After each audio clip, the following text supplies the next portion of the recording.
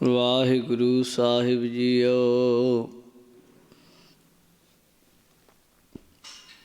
महला पंजवा। राग गौड़ी ग्वारेरी चौपदे। एक ओंकार सतगुर प्रसाद। किन विध कुशल होत मेरे भाई, क्यों पाइयै हर राम सहाई। किन विध कुशल होत मेरे भाई, क्यों पाइयै हर राम सहाई। रहाओ कुशल न ग्रह मेरी सब माया, ऊंचे मंदिर सुंदर छाया। झूठे लालच जन्म गवाया,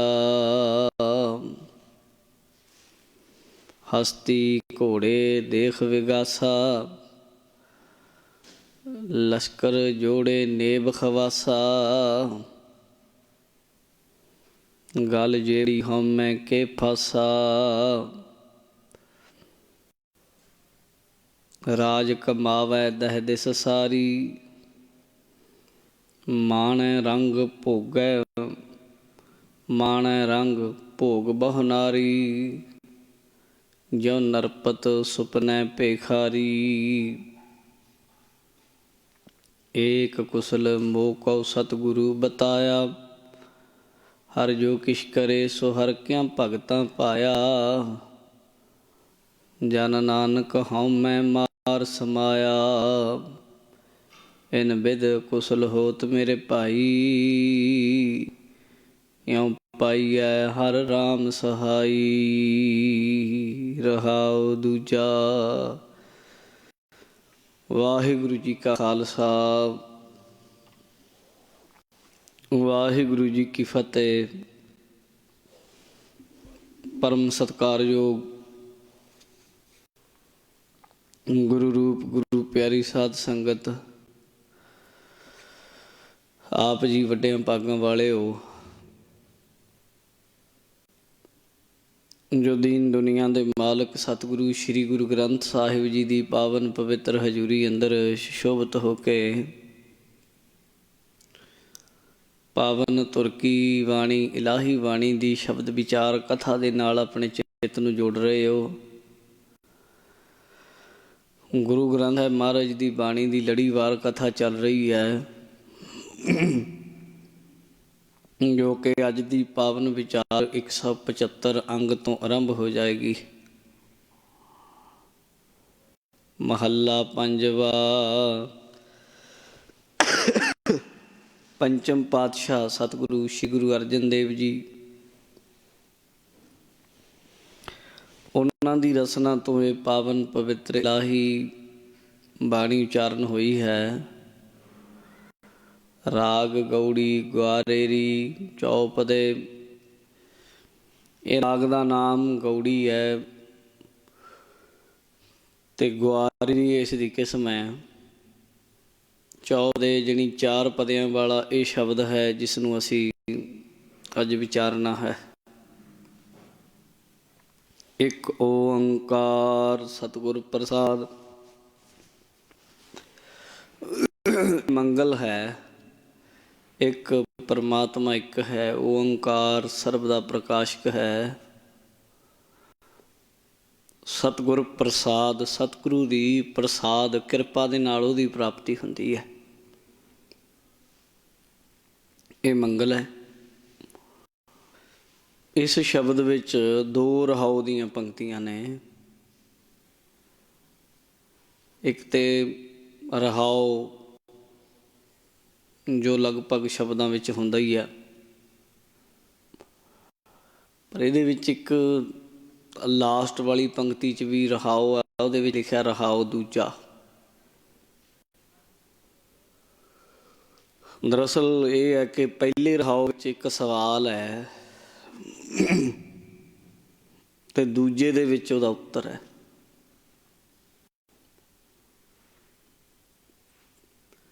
ਰਹਾਉ ਦੀ ਪਹਿਲੀ ਪੰਕਤੀ ਪਹਿਲੇ ਸ਼ਬਦ ਤੋਂ ਹੀ ਆਰੰਭ ਹੋ ਜਾਂਦੀ। ਕੀ ਹੈ ਸਵਾਲ? ਕਹਿੰਦੇ ਕਿਨ ਬਿਧ ਕੁਸ਼ਲ ਹੋਤ ਮੇਰੇ ਭਾਈ। ਸਵਾਲ ਬਹੁਤ ਵੱਡਾ। ਕਹਿੰਦੇ ਕਿਨ ਬਿਧ, ਕਿਹੜੀ ਵਿਧੀ, ਕਿਹੜਾ ਤਰੀਕਾ ਅਪਣਾਈਏ, ਕਿਹੜੀ ਜੁਗਤ ਉਹ ਅਪਣਾਈਏ। ਕਾਹਦੇ ਲਈ?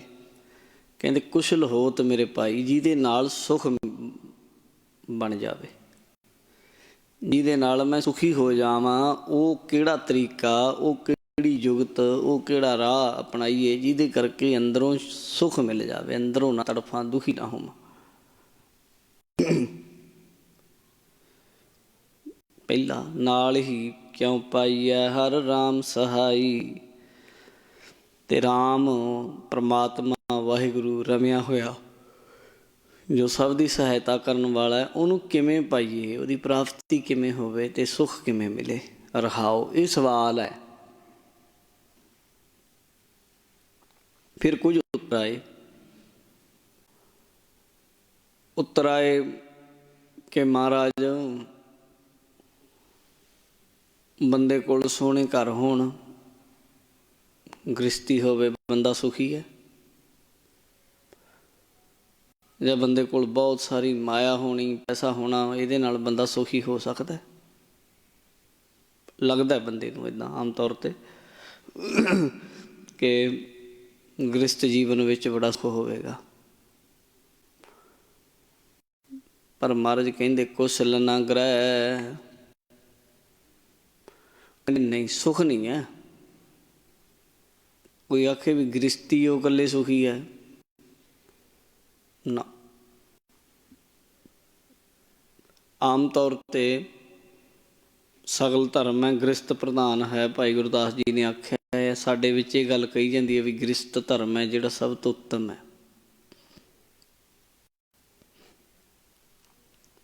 ਪਰ ਸੁਖੀ ਹੈ? ਤੁਸੀਂ ਵੇਖਿਓ ਕਿਤੇ ਘਰ ਘਰ ਅੱਗ ਹੈ। ਕਹਾਣੀਆਂ ਨੇ, ਦਾਸਤਾਨ ਨੇ ਲੋਕਾਂ ਦੀਆਂ, ਕੇਸ ਨੇ ਲੋਕਾਂ ਦੇ। ਹਾਸੀ ਹੋਈ ਪਈ ਹੈ ਘਰ ਘਰ ਦੀ।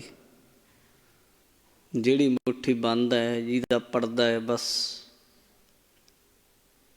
ਉਸੇ 'ਚ ਸੁੱਖ ਹੈ। ਲੱਗਦਾ ਦੂਰੋਂ, ਜਦੋਂ ਨੇੜੇ ਹੋ ਕੇ ਵੇਖਦੇ ਹਾਂ ਤੇ ਫਿਰ ਅੱਗ ਲੱਗੀ ਪਈ। ਬਾਬਾ ਫਰੀਦ ਜੀ ਕਹਿੰਦੇ, ਫਰੀਦਾ ਮੈਂ ਜਾਣਿਆ ਦੁੱਖ ਮੁਝ ਕੋ, ਮੈਂ ਜਾਣਿਆ ਦੁੱਖ ਮੁਝ ਕੂ, ਦੁੱਖ ਸਬਾਇਆ ਜਗ। ਉੱਚੇ ਚੜ੍ਹ ਚੜ੍ਹ ਵੇਖਿਆ ਤਾਂ ਕਰੇ ਹਾਏ ਅੱਗ। ਪਹਿਲਾਂ ਤਾਂ ਉੱਚੇ ਚੜ੍ਹ ਕੇ ਵੇਖਣਾ ਪੈਂਦਾ ਸੀ, ਹੁਣ ਤਾਂ ਉੱਚੇ ਚੜ੍ਹ ਕੇ ਵੀ ਨਹੀਂ ਦੇਖਣਾ ਪੈਂਦਾ। ਤੁਹਾਡੇ ਘਰੇ ਪਤਾ ਲੱਗ ਜਾਂਦਾ ਵੀ ਕਿਹਦੇ ਘਰੇ ਕੀ ਅੱਗ ਲੱਗ ਰਹੀ ਹੈ। ਇਕੱਲਾ ਗ੍ਰਸਤੀ ਹੋ ਜਾਣਾ, ਇਹਦੇ ਵਿੱਚ ਸੁੱਖ ਨਹੀਂ। ਬਾਬਾ ਕਬੀਰ ਜੀ ਕਹਿੰਦੇ ਗ੍ਰਸਤੀ ਹੋਵੇ ਤਾਂ ਚੰਗਾ ਹੋਵੇ, ਜਿਹੜਾ ਆਪਣੀ ਕਿਰਤ ਵਿਰਤ ਧਰਮ ਦੀ ਕਰੇ, ਕਿਸੇ ਲੋੜਵੰਦ ਦੀ ਸਹਾਇਤਾ ਕਰੇ, ਉਹੀ ਗ੍ਰਸਤੀ ਦਾ ਜੀਵਨ ਹੈ। ਨਹੀਂ ਤੇ ਗ੍ਰਸਤੀ ਕਾਹਦਾ ਹੋਇਆ? ਉਹ ਤਾਂ ਸਾਧੂਆਂ, ਉਹ ਤਾਂ ਤ੍ਰਿਸ਼ਨਾ ਦਾ ਮਾਰਿਆ ਪਿਆ। ਉਹ ਵੀ ਇਉਂ ਨਾ ਸਮਝਿਓ ਵੀ ਇਕੱਲਾ ਗ੍ਰਸਤੀ ਹੋਣ ਨਾਲੇ ਕੰਮ ਸਰ ਗਿਆ। ਬਾਣੀ 'ਚ ਲਿਖਿਆ, ਪੁੰਨ ਦਾਨ ਕਰੈ ਸਰੀਰ, ਸੋ ਗ੍ਰਹਿ ਗੰਗਾ ਕਾ ਨੀਰ। ਕਬੀਰ ਜੋ ਗ੍ਰਹਿ ਕਰੈ ਤਾਂ ਧਰਮ ਕਰ, ਨਹੀਂ ਤਾਂ ਕਰ ਵੈਰਾਗ। ਜੇ ਗ੍ਰਸਤੀ ਜੀਵਨ ਅਪਣਾਉਣਾ ਹੈ ਤਾਂ ਧਰਮ ਬੜਾ ਲਾਜ਼ਮੀ ਹੈ ਭਾਈ। ਮਹਾਰਾਜ ਕਹਿੰਦੇ ਕੁਸ਼ਲ ਨਾ ਕਰੈ। ਇਕੱਲਾ ਗ੍ਰਸਤੀ ਹੋ ਜਾਣ 'ਚ ਵੀ ਮਾਣ ਮਹਿਸੂਸ ਕਰਨਾ, ਫਖਰ ਮਹਿਸੂਸ ਕਰਨਾ, ਇਹ 'ਚ ਵੀ ਇਕੱਲਾ ਸੁੱਖ ਨਹੀਂ। ਮੇਰੀ ਸਭ ਮਾਇਆ, ਇਹੀ ਕਹਿੰਦਾ ਫਿਰੀ ਜਾਂਦਾ ਕਿ ਮੇਰੀ ਮਾਇਆ, ਮੇਰੀ ਮਾਇਆ, ਇੱਥੋਂ ਬਣ ਜਾਏ, ਇੱਥੋਂ ਬਣ ਜਾਏ। ਇਕੱਲਾ ਘਰਾਂ ਬਾਰਾਂ 'ਚ ਵੀ ਸੁੱਖ ਹੈ ਨਹੀਂ ਭਾਈ। ਫਿਰ ਕਹਿੰਦੇ ਮਹਾਰਾਜ ਬੰਦੇ ਕੋਲ ਉੱਚੇ ਮੰਦਰ ਹੋਣ, ਵੱਡੇ ਵੱਡੇ ਮਹਿਲ ਹੋਣ, ਇਹਦੇ ਨਾਲ ਕੋਈ ਸੁੱਖ ਹੋ ਸਕਦਾ? ਆਮ ਤੌਰ 'ਤੇ ਬੰਦਾ ਲੰਘਦਾ ਕਿਸੇ ਦੇ ਘਰਾਂ ਦੇ ਸਾਹਮਣੇ ਦੀ ਆਮ ਲੋਕਾਂ ਦੀਆਂ ਗੱਲਾਂ ਕਹਿਣ ਨੂੰ ਸੁਣਨ ਨੂੰ ਮਿਲਦੀਆਂ, ਇੱਦਾਂ ਦਾ ਮੇਰੇ ਕੋਲ ਘਰ ਹੋਵੇ। ਇੱਕ ਗੱਲ ਨੂੰ ਸਮਝ ਲਓ ਤੁਸੀਂ, ਇਹ ਮਨੁੱਖੀ ਕਮਜ਼ੋਰੀ ਹੈ ਕਿ ਜਿਹੜੀ ਚੀਜ਼ ਉਹਦੇ ਕੋਲ ਹੈ ਉਹ ਤੋਂ ਕਦੇ ਸੰਤੁਸ਼ਟ ਨਹੀਂ ਹੁੰਦਾ, ਕਦੇ ਵੀ ਨਹੀਂ ਹੁੰਦਾ। ਜਦੋਂ ਉਹਦੀ ਪਕੜ ਤੋਂ ਕੋਈ ਚੀਜ਼ ਦੂਰ ਹੈ ਉਦੋਂ ਉਹਦੇ ਵੱਲ ਖਿੱਚ ਹੈ, ਅਟਰੈਕਸ਼ਨ ਹੈ, ਉਹਨੂੰ ਪਾਉਣ ਦੀ ਚਾਹਤ ਹੈ। ਜਿਸ ਦਿਨ ਉਹਨੂੰ ਪ੍ਰਾਪਤ ਹੋ, ਉਸ ਦਿਨ ਜਦੋਂ ਉਹਦਾ ਭੇਦ ਖੁੱਲ੍ਹ ਗਿਆ, ਉਦੋਂ ਨੇ ਉਹਦੇ ਲਈ ਮਿੱਟੀ ਹੋ ਜਾਣੀ, ਜਿੰਨੀ ਮਰਜ਼ੀ ਕੀਮਤੀ ਚੀਜ਼ ਹੋਵੇ। ਮਨੁੱਖੀ ਮਨ ਦੀ ਕਮਜ਼ੋਰੀ ਹੈ। ਤਦੇ ਵਿਆਹ ਤੋਂ ਬਾਅਦ ਬੀਬੀਆਂ ਦੇ ਤੁਹਾਨੂੰ ਆਮ ਤੌਰ 'ਤੇ ਲਾਂਭੇ ਮਿਲਦੇ ਹੁੰਦੇ ਆ ਵੀ ਪਹਿਲਾਂ ਤਾਂ ਬੜੀਆਂ ਗੱਲਾਂ ਮੇਰੀਆਂ ਮੰਨਦਾ ਸੀ, ਪਹਿਲਾਂ ਤਾਂ ਬੜਾ ਮੇਰੀ ਹਰੇਕ ਗੱਲ ਨੂੰ ਜੀ ਕਰਦਾ ਸੀ। ਉਹ ਨਹੀਂ, ਇਹ ਤੇਰੀ ਨਹੀਂ, ਭਾਵੇਂ ਦੁਨੀਆ ਦੀ ਜਿਹੜੀ ਮਰਜ਼ੀ ਸ਼ੈ ਇਹਨੂੰ ਦੇ ਦੇ, ਜਿਹੜੀ ਚੀਜ਼ ਇਹਨੂੰ ਪੂਰਾ ਉਹ ਹੋ ਗਿਆ ਨਾ, ਜਿਹੜੀ ਚੀਜ਼ ਦੇ ਉੱਤੇ ਕਬਜ਼ਾ, ਉਸ ਬਾਅਦ ਹੀ ਉਹ ਮਿੱਟੀ ਹੋਇਆ। ਤਦੇ ਚਾਣਕ ਸ਼ਾਸਤਰ ਨੇ ਆਪਣੇ ਦੱਸੀ ਹੈ ਵੀ ਕਦੇ ਵੀ ਆਪਣਾ ਆਪਾ ਕਿਸੇ ਨੂੰ ਨਾ ਦਿਓ, ਪੂਰਾ। ਜਿੱਦਣ ਤੁਸੀਂ ਆਪਣੇ ਪੂਰੇ ਹੱਕ ਹਕੂਕ ਕਿਹਨੂੰ ਦੇ ਦਿੱਤੇ, ਭਾਵੇਂ ਤੁਸੀਂ ਮਾਲਕ ਹੋ, ਭਾਵੇਂ ਤੁਸੀਂ ਨੌਕਰ ਹੋ, ਭਾਵੇਂ ਤੁਸੀਂ ਪਤੀ ਹੋ, ਭਾਵੇਂ ਤੁਸੀਂ ਪਤਨੀ ਹੋ, ਇਹ ਨਾ ਸੋਚਿਓ ਵੀ ਇਕੱਲੀਆਂ ਬੀਬੀਆਂ ਨੂੰ ਕਹਿ ਰਿਹਾ ਮੈਂ, ਨਾ। ਜਿਸ ਦਿਨ ਤੁਸੀਂ ਆਪਣੇ ਪੂਰੇ ਹੱਕ ਹਕੂਕ ਕਿਸੇ ਨੂੰ ਦੇ ਦਿੱਤੇ, ਉਸ ਦਿਨ ਤੁਸੀਂ ਖਤਮ ਹੈ। ਫਿਰ ਕਿਸੇ ਨਾ ਕਿਸੇ ਪੱਖੋਂ ਤੁਹਾਡੀ ਇੱਜ਼ਤ, ਤੁਹਾਡੀ ਆਜ਼ਾਦੀ, ਤੁਹਾਡੀ ਦੌਲਤ, ਤੁਹਾਡੀ ਸ਼ੋਹਰਤ, ਤੁਹਾਡਾ ਮਾਨ ਸਨਮਾਨ ਕਿਤੇ ਨਾ ਕਿਤੇ ਸੱਟ ਜ਼ਰੂਰ ਪੈ ਜਾਊ। ਇਸ ਲਈ ਆਤਮ ਸਮਰਪਣ ਤੇ ਪੂਰੇ ਗੁਰੂ ਅੱਗੇ ਹੀ ਕੀਤਾ ਜਾ ਸਕਦਾ, ਪ੍ਰਮਾਤਮਾ ਅੱਗੇ ਕੀਤਾ ਜਾ ਸਕਦਾ, ਬੰਦਿਆਂ ਅੱਗੇ ਨਹੀਂ ਕਰਨਾ ਚਾਹੀਦਾ। ਇਹਨਾਂ 'ਤੇ ਨਾ ਬਹੁਤਾ ਯਕੀਨ ਕਰੋ। ਕਹਿਣਗੇ, ਗੱਲਾਂ ਬੜੀਆਂ ਕਰਦੇ ਆ, ਵੱਡੇ ਲੋਕ ਆਉਣਗੇ ਤੁਹਾਡੇ ਕੋਲ ਵੀ ਯਕੀਨ ਕਰ ਲਓ। ਨਹੀਂ ਬਈ, ਅਸੀਂ ਨਹੀਂ ਕਰ ਸਕਦੇ। ਔਰ ਇਹ ਕੋਈ ਕਹੇ ਵੀ ਮੈਨੂੰ ਮੇਰੇ 'ਤੇ ਯਕੀਨ ਨਹੀਂ, ਇਹ ਆਮ ਲੋਕਾਂ ਦੀ ਬਣਾਈ ਹੋਈ ਧਾਰਨਾ ਹੈ। ਅਤੇ ਅੱਗੋਂ ਅਗਲਾ ਵੀ ਇਹ ਫਖਰ ਮਹਿਸੂਸ ਕਰਦਾ ਵੀ ਮੈਂ ਇਹ ਆਖਦਾ ਵੀ ਹਾਂ ਮੈਨੂੰ ਹੈਗਾ ਤੇਰੇ 'ਤੇ। ਕਿਉਂ ਹੋਵੇ ਬਈ ਤੇਰੇ 'ਤੇ ਯਕੀਨ? ਜਿਹੜੀ ਇਹ ਗੱਲ ਕਹਿ ਦੇਣੀ ਕਿਸੇ ਨੂੰ ਕਿ ਮੈਨੂੰ ਤੇਰੇ 'ਤੇ ਪੂਰਾ ਯਕੀਨ ਹੈ, ਭਾਵੇਂ ਜਿੱਥੇ ਮਰਜ਼ੀ ਕਾ ਦੇ ਦੇ, ਉਹ ਫਿਰ ਦੇਊਗਾ ਹੀ ਦੇਊਗਾ ਧੱਕਾ ਤੁਹਾਨੂੰ, ਕੁਛ ਨਾ ਕੁਛ। ਉਹ ਲਿਖਦਾ, ਚਾਣਕ ਸ਼ਾਸਤਰ ਲਿਖਾਇਆ ਗੁਰੂ ਗੋਬਿੰਦ ਸਿੰਘ ਮਹਾਰਾਜ ਦੇ ਇੱਕ ਕਵੀ ਹੋਏ ਹੈ, ਕਵੀ ਸੈਨਾਪਤ।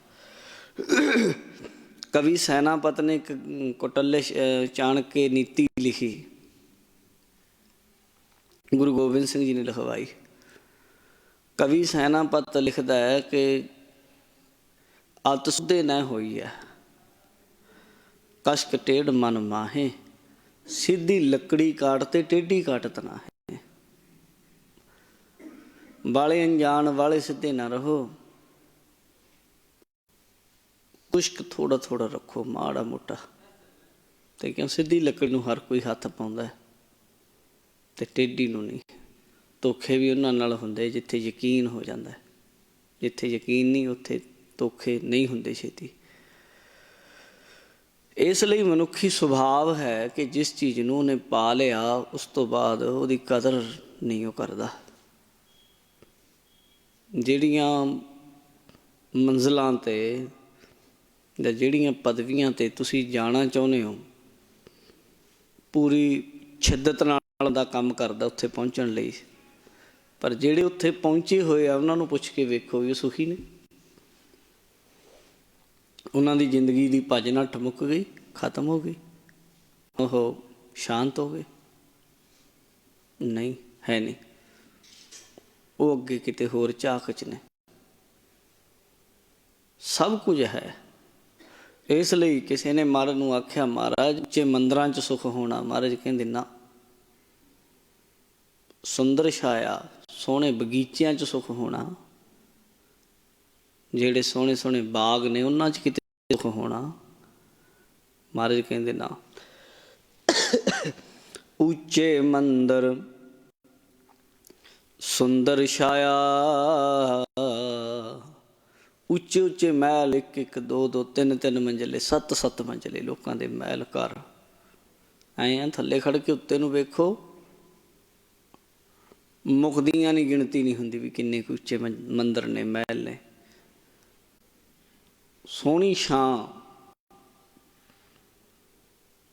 ਬਾਗਾਂ ਦੇ ਵਿੱਚ ਹੋਣੀ, ਸੋਹਣੇ ਸੋਹਣੇ ਬਾਗ, ਕਦੇ ਕਿਸੇ ਚੀਜ਼ ਦੇ ਕਦੇ ਕਿਸੇ ਚੀਜ਼ ਦੇ। ਫਿਰ ਇਹ ਚੀਜ਼ਾਂ ਜ਼ਿੰਦਗੀ ਨੂੰ ਕਹਿੰਦੇ ਸੁੱਖ ਦਿੰਦੀਆਂ। ਮਹਾਰਾਜ ਨੂੰ ਪੁੱਛਿਆ, ਕਿਨਵਿਧ ਕੁਸ਼ਲ ਹੋਤ ਮੇਰੇ ਭਾਈ, ਕੀ ਇਹਨਾਂ ਨਾਲ ਸੁੱਖ ਮਿਲ ਸਕਦਾ? ਜੇ ਬੰਦਾ ਇੱਦਾਂ ਕਰ ਲਵੇ, ਵੱਡੇ ਵੱਡੇ ਬਾਗਾਂ ਵਿੱਚ ਰਵੇ, ਉੱਚੇ ਉੱਚੇ ਮੰਦਰ ਹੋਣ, ਮਹਿਲ ਹੋਣ ਬੰਦੇ ਦੇ, ਘਰ-ਬਾਰ ਹੋਵੇ, ਗ੍ਰਸਤੀ ਜੀਵਨ ਹੋਵੇ, ਕੀ ਸੁੱਖ ਹੈ? ਤੁਸੀਂ ਵੇਖਿਓ ਇਹ ਚੀਜ਼ਾਂ ਆਮ ਬੰਦੇ ਦੀਆਂ, ਆਪਾਂ ਕਹਿੰਦੇ ਹਾਂ ਜੀ ਇਹ ਬੇਸਿਕ ਨੀਡ ਹੈ, ਇਹ ਬੰਦੇ ਦੀਆਂ ਆਮ ਲੋੜਾਂ ਨੇ ਜੀ। ਇਹ ਇਹਨਾਂ ਬਿਨਾਂ ਤਾਂ ਕੰਮ ਸਰਦਾ ਹੀ ਨਹੀਂ ਜੀ। ਬੰਦਾ ਕਹਿੰਦਾ ਜੀ ਘਰ ਹੋਵੇ ਜੀ, ਗ੍ਰਸਤੀ ਜੀਵਨ ਹੋਵੇ ਜੀ, ਬਾਲ ਬੱਚੇ ਹੋਣ ਜੀ, ਬਸ ਫਿਰ ਆਤਮਿਕ ਸੁੱਖ ਹੈ? ਕਹਿੰਦੇ ਮਹਾਰਾਜ ਕਹਿੰਦੇ, ਝੂਠੇ ਲਾਲਚ ਜਨਮ ਗਵਾਇਆ। ਇਹਨਾਂ ਚੀਜ਼ਾਂ ਦੇ ਲਾਲਚ ਵਿੱਚ ਬੰਦਾ ਪੂਰੀ ਜ਼ਿੰਦਗੀ ਲੰਘਾ ਦਿੰਦਾ ਵੀ ਆਹ ਚੀਜ਼ਾਂ ਮਿਲ ਜਾਣਗੀਆਂ, ਪਤਾ ਨਹੀਂ ਸੁੱਖ ਮਿਲ ਜੂਗਾ, ਪਰ ਇਹ ਝੂਠਾ ਹੀ ਲਾਲਚ ਹੈ।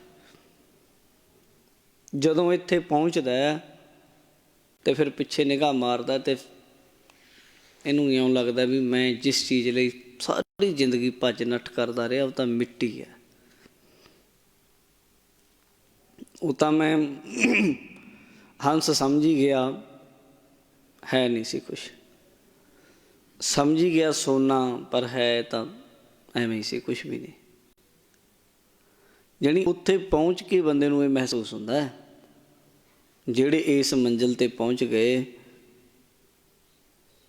ਉੱਚੇ ਮਹਿਲਾਂ ਵਾਲੇ, ਸੋਹਣੇ ਬਾਗ ਬਗੀਚਿਆਂ ਵਾਲੇ, ਫਾਰਮਾਂ ਵਾਲੇ, ਉਹਨਾਂ ਨੂੰ ਇਉਂ ਇਹ ਸਾਰਾ ਕੁਝ ਕਰਕੇ ਉਹ ਬੰਦਿਆਂ ਨੇ ਕਹਿੰਦੇ ਝੂਠਾ ਲਾਲਚ ਸੀ ਉਹਨਾਂ ਨੂੰ ਲੱਗਿਆ ਇਸ ਚੀਜ਼ ਦਾ। ਤਦੇ ਤਾਂ ਜਿੰਨੇ ਸੰਤ ਭਗਤ ਰੱਬ ਦੇ ਪਿਆਰੇ ਤੁਸੀਂ ਵੇਖੋਗੇ, ਉਹਨਾਂ ਦਾ ਜੀਵਨ ਤੁਸੀਂ ਪੜ੍ਹੋਗੇ, ਉਹਨਾਂ ਨੇ ਜਾਣੀ ਮਹਾਰਾਜ ਨੇ ਉਹਨਾਂ ਨੂੰ ਕਿਰਤ ਵਿਰਤ ਨਾਲ ਕੋਈ ਵਧੀਆ ਮਹਿਲ ਦੇ ਦਿੱਤਾ ਤਾਂ ਵੀ ਠੀਕ ਹੈ,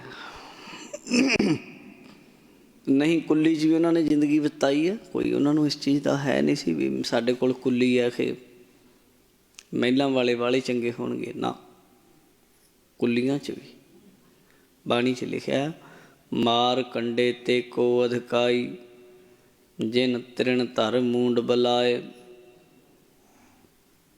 ਜਿਹੜੀ ਮਾਰਕੰਡੇ ਰਿਸ਼ੀ ਦਾ ਜ਼ਿਕਰ ਆਉਂਦਾ ਬਾਣੀ 'ਚ, ਉਹ ਇੱਦਾਂ ਦਾ ਬੰਦਾ ਸੀ ਜਿਹੜੀ ਕੱਖਾਂ ਦੀ ਕੁੱਲੀ ਪਾ ਕੇ ਸਾਰੀ ਜ਼ਿੰਦਗੀ ਲੰਘਾਤੀ ਉਹਨੇ। ਐਸੇ ਵੀ ਬੰਦੇ ਹੋਏ, ਲੱਖ ਵਰਿਆਂ ਦੀ ਆਰਜਾ, ਕੋਠੇ ਕੋਟ ਨਾ ਮੰਡਪ ਸਾਜੇ। ਲੰਮੀਆਂ ਉਮਰਾਂ ਹੋਣ ਦੇ ਬਾਵਜੂਦ ਵੀ ਕੋਠੇ ਮਹਿਲਾਂ 'ਚ ਨਹੀਂ ਪਏ, ਔਰ ਇਹ ਗੱਲ ਸਮਝਦੇ ਰਹੇ ਵੀ ਇਹ ਦੁਨੀਆ ਤੋਂ ਚਲੇ ਹੀ ਜਾਣਾ। ਉੱਚੇ ਮੰਦਰ, ਸੁੰਦਰ ਛਾਇਆ, ਇਹ ਚੀਜ਼ਾਂ ਤੇ ਉੱਚੇ ਮੰਦਰ, ਸੁੰਦਰ ਨਾਰੀ, ਰਾਮ ਨਾਮ ਬਿਨ ਬਾਜੀ ਹਾਰੀ। ਵੱਡੇ ਵੱਡੇ ਮਹਿਲ ਘਰ ਨਾਲ ਤਾਂ ਨਹੀਂ ਜਾਂਦੇ, ਇੱਥੇ ਹੀ ਰਹਿ ਜਾਂਦੇ ਆ, ਕੋਈ ਹੋਰ ਮਾਲਕ ਬਣ ਜਾਂਦਾ। ਜਿੰਨਾ ਕੁ ਚਿਰ ਬੰਦਾ ਜਿਉਂਦਾ ਉਨਾ ਕੁ ਚਿਰ ਉਹਨੂੰ ਲੱਗਦਾ ਮੇਰੀ ਹੈ ਮੇਰੀ ਹੈ, ਪਰ ਜਿੱਦਣ ਗਿਆ ਸਾਹ ਨਿਕਲ ਗਏ ਉੱਧਰ ਕੋਈ ਹੋਰ ਮਾਲਕ ਆ ਕੇ ਬਹਿ ਜਾਂਦਾ ਉੱਥੇ, ਉਹਨੂੰ ਲੱਗਦਾ ਵੀ ਮੇਰੀ ਇਹ ਚੀਜ਼ ਹੈ। ਇਉਂ ਇਹ ਝੂਠੀਆਂ ਇਹ ਚੀਜ਼ਾਂ ਲਾਲਚ ਪੈਦਾ ਕਰਦੀਆਂ ਬੰਦੇ ਅੰਦਰ, ਔਰ ਜਨਮ ਬੰਦੇ ਦਾ ਵਿਅਰਥ ਗਵਾ ਦਿੰਦੀਆਂ। ਹਸਤੀ ਘੋੜੇ ਦੇਖ ਵਿਗਾਸਾ। ਹੁਣ ਰਾਜਸੀ ਠਾਠ ਬਾਠ ਵੱਲ ਆ ਕੇ ਕਹਿੰਦੇ ਕਿਸੇ ਬੰਦੇ ਕੋਲ ਹਾਥੀ ਹੋਣੇ, ਹਾਥੀ ਰੱਖਣਾ ਸੌਖਾ ਕਿਤੇ? ਹਾਥੀ ਬੰਦਾ ਲੈ ਤਾਂ ਆਊਗਾ ਲੱਖ ਰੁਪਈਏ ਦਾ, 2 ਲੱਖ ਦਾ, ਪਰ ਉਹਨੂੰ ਸਾਹਮਣਾ ਕਿਤੇ ਛੋਟੇ ਮੋਟੇ ਬੰਦੇ ਦੇ ਵੱਸ ਦੀ ਗੱਲ ਨਹੀਂ ਹੈ, ਉਹਦਾ ਢਿੱਡੇ ਨਹੀਂ ਭਰਿਆ ਜਾਂਦਾ। ਬਾਣੀ 'ਚ ਲਿਖਿਆ, 100 ਮਣ ਹਸਤੀ ਘਿਓ ਗੁੜ ਖਾਵੈ 500 ਦਾਣਾ ਖਾਏ। 100 ਮਣ ਘਿਓ ਖਾ ਜਾਂਦਾ ਸਾਲ ਭਰ 'ਚ ਜੇ ਖਵਾਈਏ। ਗੁੜ ਖਾ ਜਾਂਦਾ 100 ਮਣ। 500 ਮਣ ਦਾਣਾ ਫੱਕਾ ਖਾ ਜਾਂਦਾ ਸਾਲ 'ਚ। ਜਾਣੀ ਇਉਂ ਲਾ ਲਓ ਵੀ ਸਾਰੇ ਟੱਬਰ ਦੀ ਖੁਰਾਕ ਇਕੱਲਾ ਹਾਥੀ ਖਾ ਜਾਂਦਾ। ਅਤੇ ਜਿਹੜੇ ਬੰਦੇ ਰੱਖਦੇ ਆ ਫਿਰ ਉਹਨਾਂ ਪੱਲੇ ਕਿੰਨੇ ਕਿੰਨੇ ਹਾਥੀ ਹੈ, ਫਿਰ ਕਿੰਨਾ ਕਿੰਨਾ ਉਹਨਾਂ ਕੋਲ ਬੰਦਿਆਂ ਕੋਲ ਜ਼ਖੀਰਾ ਹੋਣਾ, ਖਜ਼ਾਨਾ ਹੋਣਾ, ਬਹੁਤ ਕੁਛ ਹੋਏਗਾ, ਪੈਸਾ ਟਕਾ ਹੋਏਗਾ। ਹਸਤੀ ਫਿਰ ਘੋੜੇ ਵੀ ਘੋੜੇ ਰੱਖਣੇ ਵੀ ਹਰੇਕ ਬੰਦੇ ਦੇ ਵੱਸ ਦੀ ਗੱਲ ਹੈ। ਇੱਕ ਘੋੜੇ ਦੇ ਉੱਤੇ 2 ਬੰਦੇ ਚਾਹੀਦੇ ਉਹਦੀ ਸੰਭਾਲ ਲਈ, ਫਿਰ ਘੋੜਾ ਰਹਿੰਦਾ। ਸਮਝੋ ਗੱਲ। ਘੋੜਾ ਇਉਂ ਨਹੀਂ ਰਹਿੰਦਾ ਵੀ ਜਿਵੇਂ ਤੁਸੀਂ ਮੱਝ ਕੀਲੇ ਨਾਲ ਬੰਨ੍ਹਤੀ ਘੋੜਾ ਰੱਖ ਲਿਆ। ਘੋੜੇ ਇੱਦਾਂ ਨਹੀਂ ਰੱਖੇ ਜਾਂਦੇ। ਘੋੜੇ ਦੀ ਤਾਂ ਸਾਂਭ ਸੰਭਾਲ ਲਈ ਇੱਕ ਘੋੜੇ ਲਈ ਜਾਣੀ 2 ਬੰਦੇ ਚਾਹੀਦੇ ਆ। 2 ਬੰਦੇ ਉਹਨੂੰ ਸਹੀ ਤਰੀਕੇ ਸਾਂਭ ਸਕਦੇ ਆ। ਫਿਰ 2 ਬੰਦਿਆਂ ਨੂੰ ਸਿਰ ਖੁਰਚਣ ਦਾ ਟਾਈਮ ਨਹੀਂ ਦਿੰਦਾ, ਖੁਰਕਣ ਦਾ। ਵਧੀਆ ਘੋੜਾ ਫਿਰ ਪਲਦਾ ਅਤੇ ਉਹਦੀ ਸਾਂਭ ਸੰਭਾਲ ਘੋੜੇ ਦੀ ਉਹ ਬਹੁਤ ਜ਼ਿਆਦਾ ਹੈ। ਉਹਨੂੰ ਸੁੱਕ 'ਚ ਰੱਖਣਾ ਪੈਂਦਾ, ਬੱਚਿਆਂ ਤੋਂ ਵੱਧ ਕੇ ਸਾਂਭਣਾ ਪੈਂਦਾ ਜ਼ਿਆਦਾ ਘੋੜਾ। ਅਤੇ ਫਿਰ ਉਹਦੀ ਕੀਮਤ ਬਹੁਤ ਹੁੰਦੀ ਹੈ ਘੋੜਿਆਂ ਦੀ, ਤੁਸੀਂ ਤਾਂ ਸਮਝੋਗੇ। ਜਾਣੀ ਝੂਠ ਮਾਰ ਦਿਓ ਜਿੰਨਾ, ਸਮਝ ਕੇ ਓਨਾ ਹੀ ਘੋੜਾ ਬੋਲਿਆ ਜਾ ਸਕਦਾ। ਜਿੰਨਾ ਹੀ ਤੁਸੀਂ ਝੂਠ ਮਾਰ ਦਿਓ। ਕਰੋੜਾਂ 'ਚ ਕੀਮਤ ਹੈ ਘੋੜਿਆਂ ਦੀ। ਪਰ ਕਿਸੇ ਬੰਦੇ ਕੋਲ ਘੋੜੇ ਹੋਣ, ਬਹੁਤ ਸਾਰੇ ਹੋਣ, ਫਿਰ ਵੀ ਕੀ ਹੈ। ਹਾਥੀ ਹੋਣ ਫਿਰ ਵੀ ਕੀ ਹੈ। ਬੰਦਿਆਂ ਕੋਲ ਹੈਗੀ ਹੈ। ਦੇਖ ਵਿਗਾਸਾ, ਇਹਨਾਂ ਚੀਜ਼ਾਂ ਨੂੰ ਵੇਖ ਕੇ ਮਹਾਰਾਜ ਕਹਿੰਦੇ ਬੜਾ ਬੰਦਾ ਖੁਸ਼ ਹੋ ਰਿਹਾ ਹੈ। ਮਿਲਿਆ ਵੀ ਗੱਲ ਬਣ ਗਈ। ਪਰ ਮਹਾਰਾਜ ਕਹਿੰਦੇ ਇਹਨਾਂ 'ਚ ਵੀ ਸੁੱਖ ਹੈ ਨਹੀਂ। ਲਸ਼ਕਰ ਜੋੜੇ ਨੇਬ ਖਬਾਸਾ। ਲਸ਼ਕਰ ਕਹਿੰਦੇ ਫੌਜ ਨੂੰ ਜਾਂ ਇਕੱਠ ਨੂੰ, ਲੋਕਾਂ ਦੇ ਨੂੰ। ਮਹਾਰਾਜ ਕਹਿੰਦੇ ਬੰਦੇ ਨੇ ਬਹੁਤ ਲੋਕਾਂ ਦਾ ਲਸ਼ਕਰ ਆਪਣੇ ਪਿੱਛੇ ਜੋੜ ਲਿਆ। ਜਿੱਧਰ ਜਾਵੇ ਲੋਕੀ ਨਾਅਰੇ ਲਾਉਂਦੇ ਜਾਣ, ਇਹਦੀਆਂ ਗੱਲਾਂ ਹੋਣ, ਬਹੁਤ ਵੱਡਾ ਲਸ਼ਕਰ ਹੋਵੇ, ਜੋੜੇ ਜੋੜ ਲਵੇ, ਨਾਇਬ ਹੋਵੇ ਇਹ ਬਹੁਤ ਵੱਡਾ, ਖਵਾਸਾ ਚੰਗੀ ਨੌਕਰੀ ਹੋਵੇ ਇਹਦੇ ਕੋਲ ਸਰਕਾਰੀ। ਗਲ ਜੇਵੜੀ ਹਉਮੈ ਕੇ ਫਾਸਾ। ਸਤਿਗੁਰੂ ਜੀ ਕਹਿੰਦੇ ਆਉ ਨਾ ਸਮਝੋ ਵੀ ਇਹ ਸੁਖੀ ਹੈ ਬੰਦਾ, ਇਹ ਗਲ 'ਚ ਫਾਹਾ ਪਾਇਆ ਹੋਇਆ ਇਹਨੇ। ਵੱਡੇ ਵੱਡੇ ਮਹਿਲਾਂ ਵਾਲਾ ਬੰਦਾ, ਸੈਂਕੜੇ ਹਾਥੀ ਅਤੇ ਘੋੜਿਆਂ ਵਾਲਾ ਬੰਦਾ, ਪਿੱਛੇ ਕਿੱਡਾ ਵੱਡਾ ਲਸ਼ਕਰ, ਨਾਇਬ ਹੋਣਾ, ਹੋਰ ਸਾਰੇ ਸੁੱਖ ਹੋਣੇ। ਇਹ ਤਾਂ ਗਲ 'ਚ ਉਹਨੇ ਆਪ ਵੱਟ ਕੇ ਰੱਸੀ ਪਾਈ ਹੋਈ ਆ, ਸੰਗਲ ਪਾ ਰੱਖਿਆ ਗਲ 'ਚ।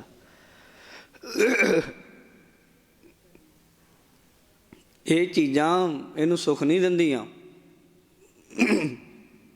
ਮਿੰਟ ਵੀ ਸੌਣ ਦਾ ਟਾਈਮ ਨਹੀਂ, ਰੈਸਟ ਕਰਨ ਦਾ ਟਾਈਮ ਨਹੀਂ, ਖਾਣ ਦਾ ਟਾਈਮ ਨਹੀਂ, ਪੀਣ ਦਾ ਟਾਈਮ ਨਹੀਂ। ਬਸ ਇਹਨਾਂ ਚੀਜ਼ਾਂ ਦੀ ਜਿਹੜੀ ਇੱਕ ਸਤਿ ਸ੍ਰੀ ਅਕਾਲ ਦਾ ਝੱਸ ਹੈ ਨਾ, ਇਹ ਛੁਟਕਾਰਾ ਨਹੀਂ ਪੈਣ ਦਿੰਦਾ। ਨਹੀਂ ਹੈ ਉਹ ਕੁਛ ਨਹੀਂ ਇਹਨਾਂ ਚੀਜ਼ਾਂ 'ਚ। ਜਿਨ੍ਹਾਂ ਨੂੰ ਸਮਝ ਆ ਜਾਂਦੀ ਉਹ ਇਸ ਗੱਲ ਨੂੰ ਫੀਲ ਕਰਦੇ ਔਰ ਕਹਿੰਦੇ ਆ ਵੀ ਹੈ ਨਹੀਂ ਕੁਛ। ਜੇ ਇਹਨਾਂ 'ਚ ਕੁਛ ਹੁੰਦਾ, ਔਰੰਗਜ਼ੇਬ ਜਦੋਂ ਮਰਿਆ ਸੀ, ਮਰਨ ਲੱਗਿਆ ਉਹਨੇ ਇੱਕ ਵਸੀਅਤ ਲਿਖਾਈ ਸੀ, ਆਪਣੀ ਵਸੀਅਤ ਮਰਨ ਲੱਗਿਆ ਜਿਹੜੀ। ਉਹਦੇ 'ਚ ਉਹਨੇ ਹੋਰ ਬਹੁਤ ਸਾਰੀਆਂ ਗੱਲਾਂ ਲਿਖਵਾਈਆਂ ਸੀ। ਉਹਦੇ 'ਚ ਇੱਕ ਗੱਲ ਇਹ ਵੀ ਲਿਖਵਾਈ ਸੀ ਜੋ ਸਾਨੂੰ ਸਮਝ ਲੈਣੀ ਚਾਹੀਦੀ ਹੈ। ਕਹਿੰਦਾ ਵੀ ਯਾ ਖੁਦਾ, ਮੇਰੀ ਤੇਰੇ ਅੱਗੇ ਦੁਆ ਕਿ ਕਿਸੇ ਬੰਦੇ ਨੂੰ ਤੂੰ ਦੁਨੀਆ 'ਚ ਰਾਜਾ ਨਾ ਬਣਾਈ। ਲੈ ਸੁਣ ਲਓ ਗੱਲ। ਆਪਣੇ ਭਾਈ ਨੂੰ, ਭਾਈਆਂ ਨੂੰ ਮਾਰਨ ਵਾਲਾ, ਆਪਣੇ ਪਿਓ ਨੂੰ ਮਾਰਨ ਵਾਲਾ, ਆਪਣੀ ਭੈਣ ਨੂੰ ਜੇਲ੍ਹ 'ਚ ਸੁੱਟਣ ਵਾਲਾ ਬੰਦਾ, ਉਹ ਬੰਦਾ ਮਰਨ ਲੱਗਿਆ ਇਹ ਗੱਲ ਲਿਖਵਾਉਂਦਾ ਹੈ ਵਸੀਅਤ ਵਿੱਚ ਵੀ, ਲੋਕਾਂ ਨੂੰ ਵੀ ਸਮਝ ਲੱਗ ਜੇ, ਯਾ ਖੁਦਾ ਕਿਸੇ ਬੰਦੇ ਨੂੰ ਰਾਜਾ ਨਾ ਬਣਾਈ।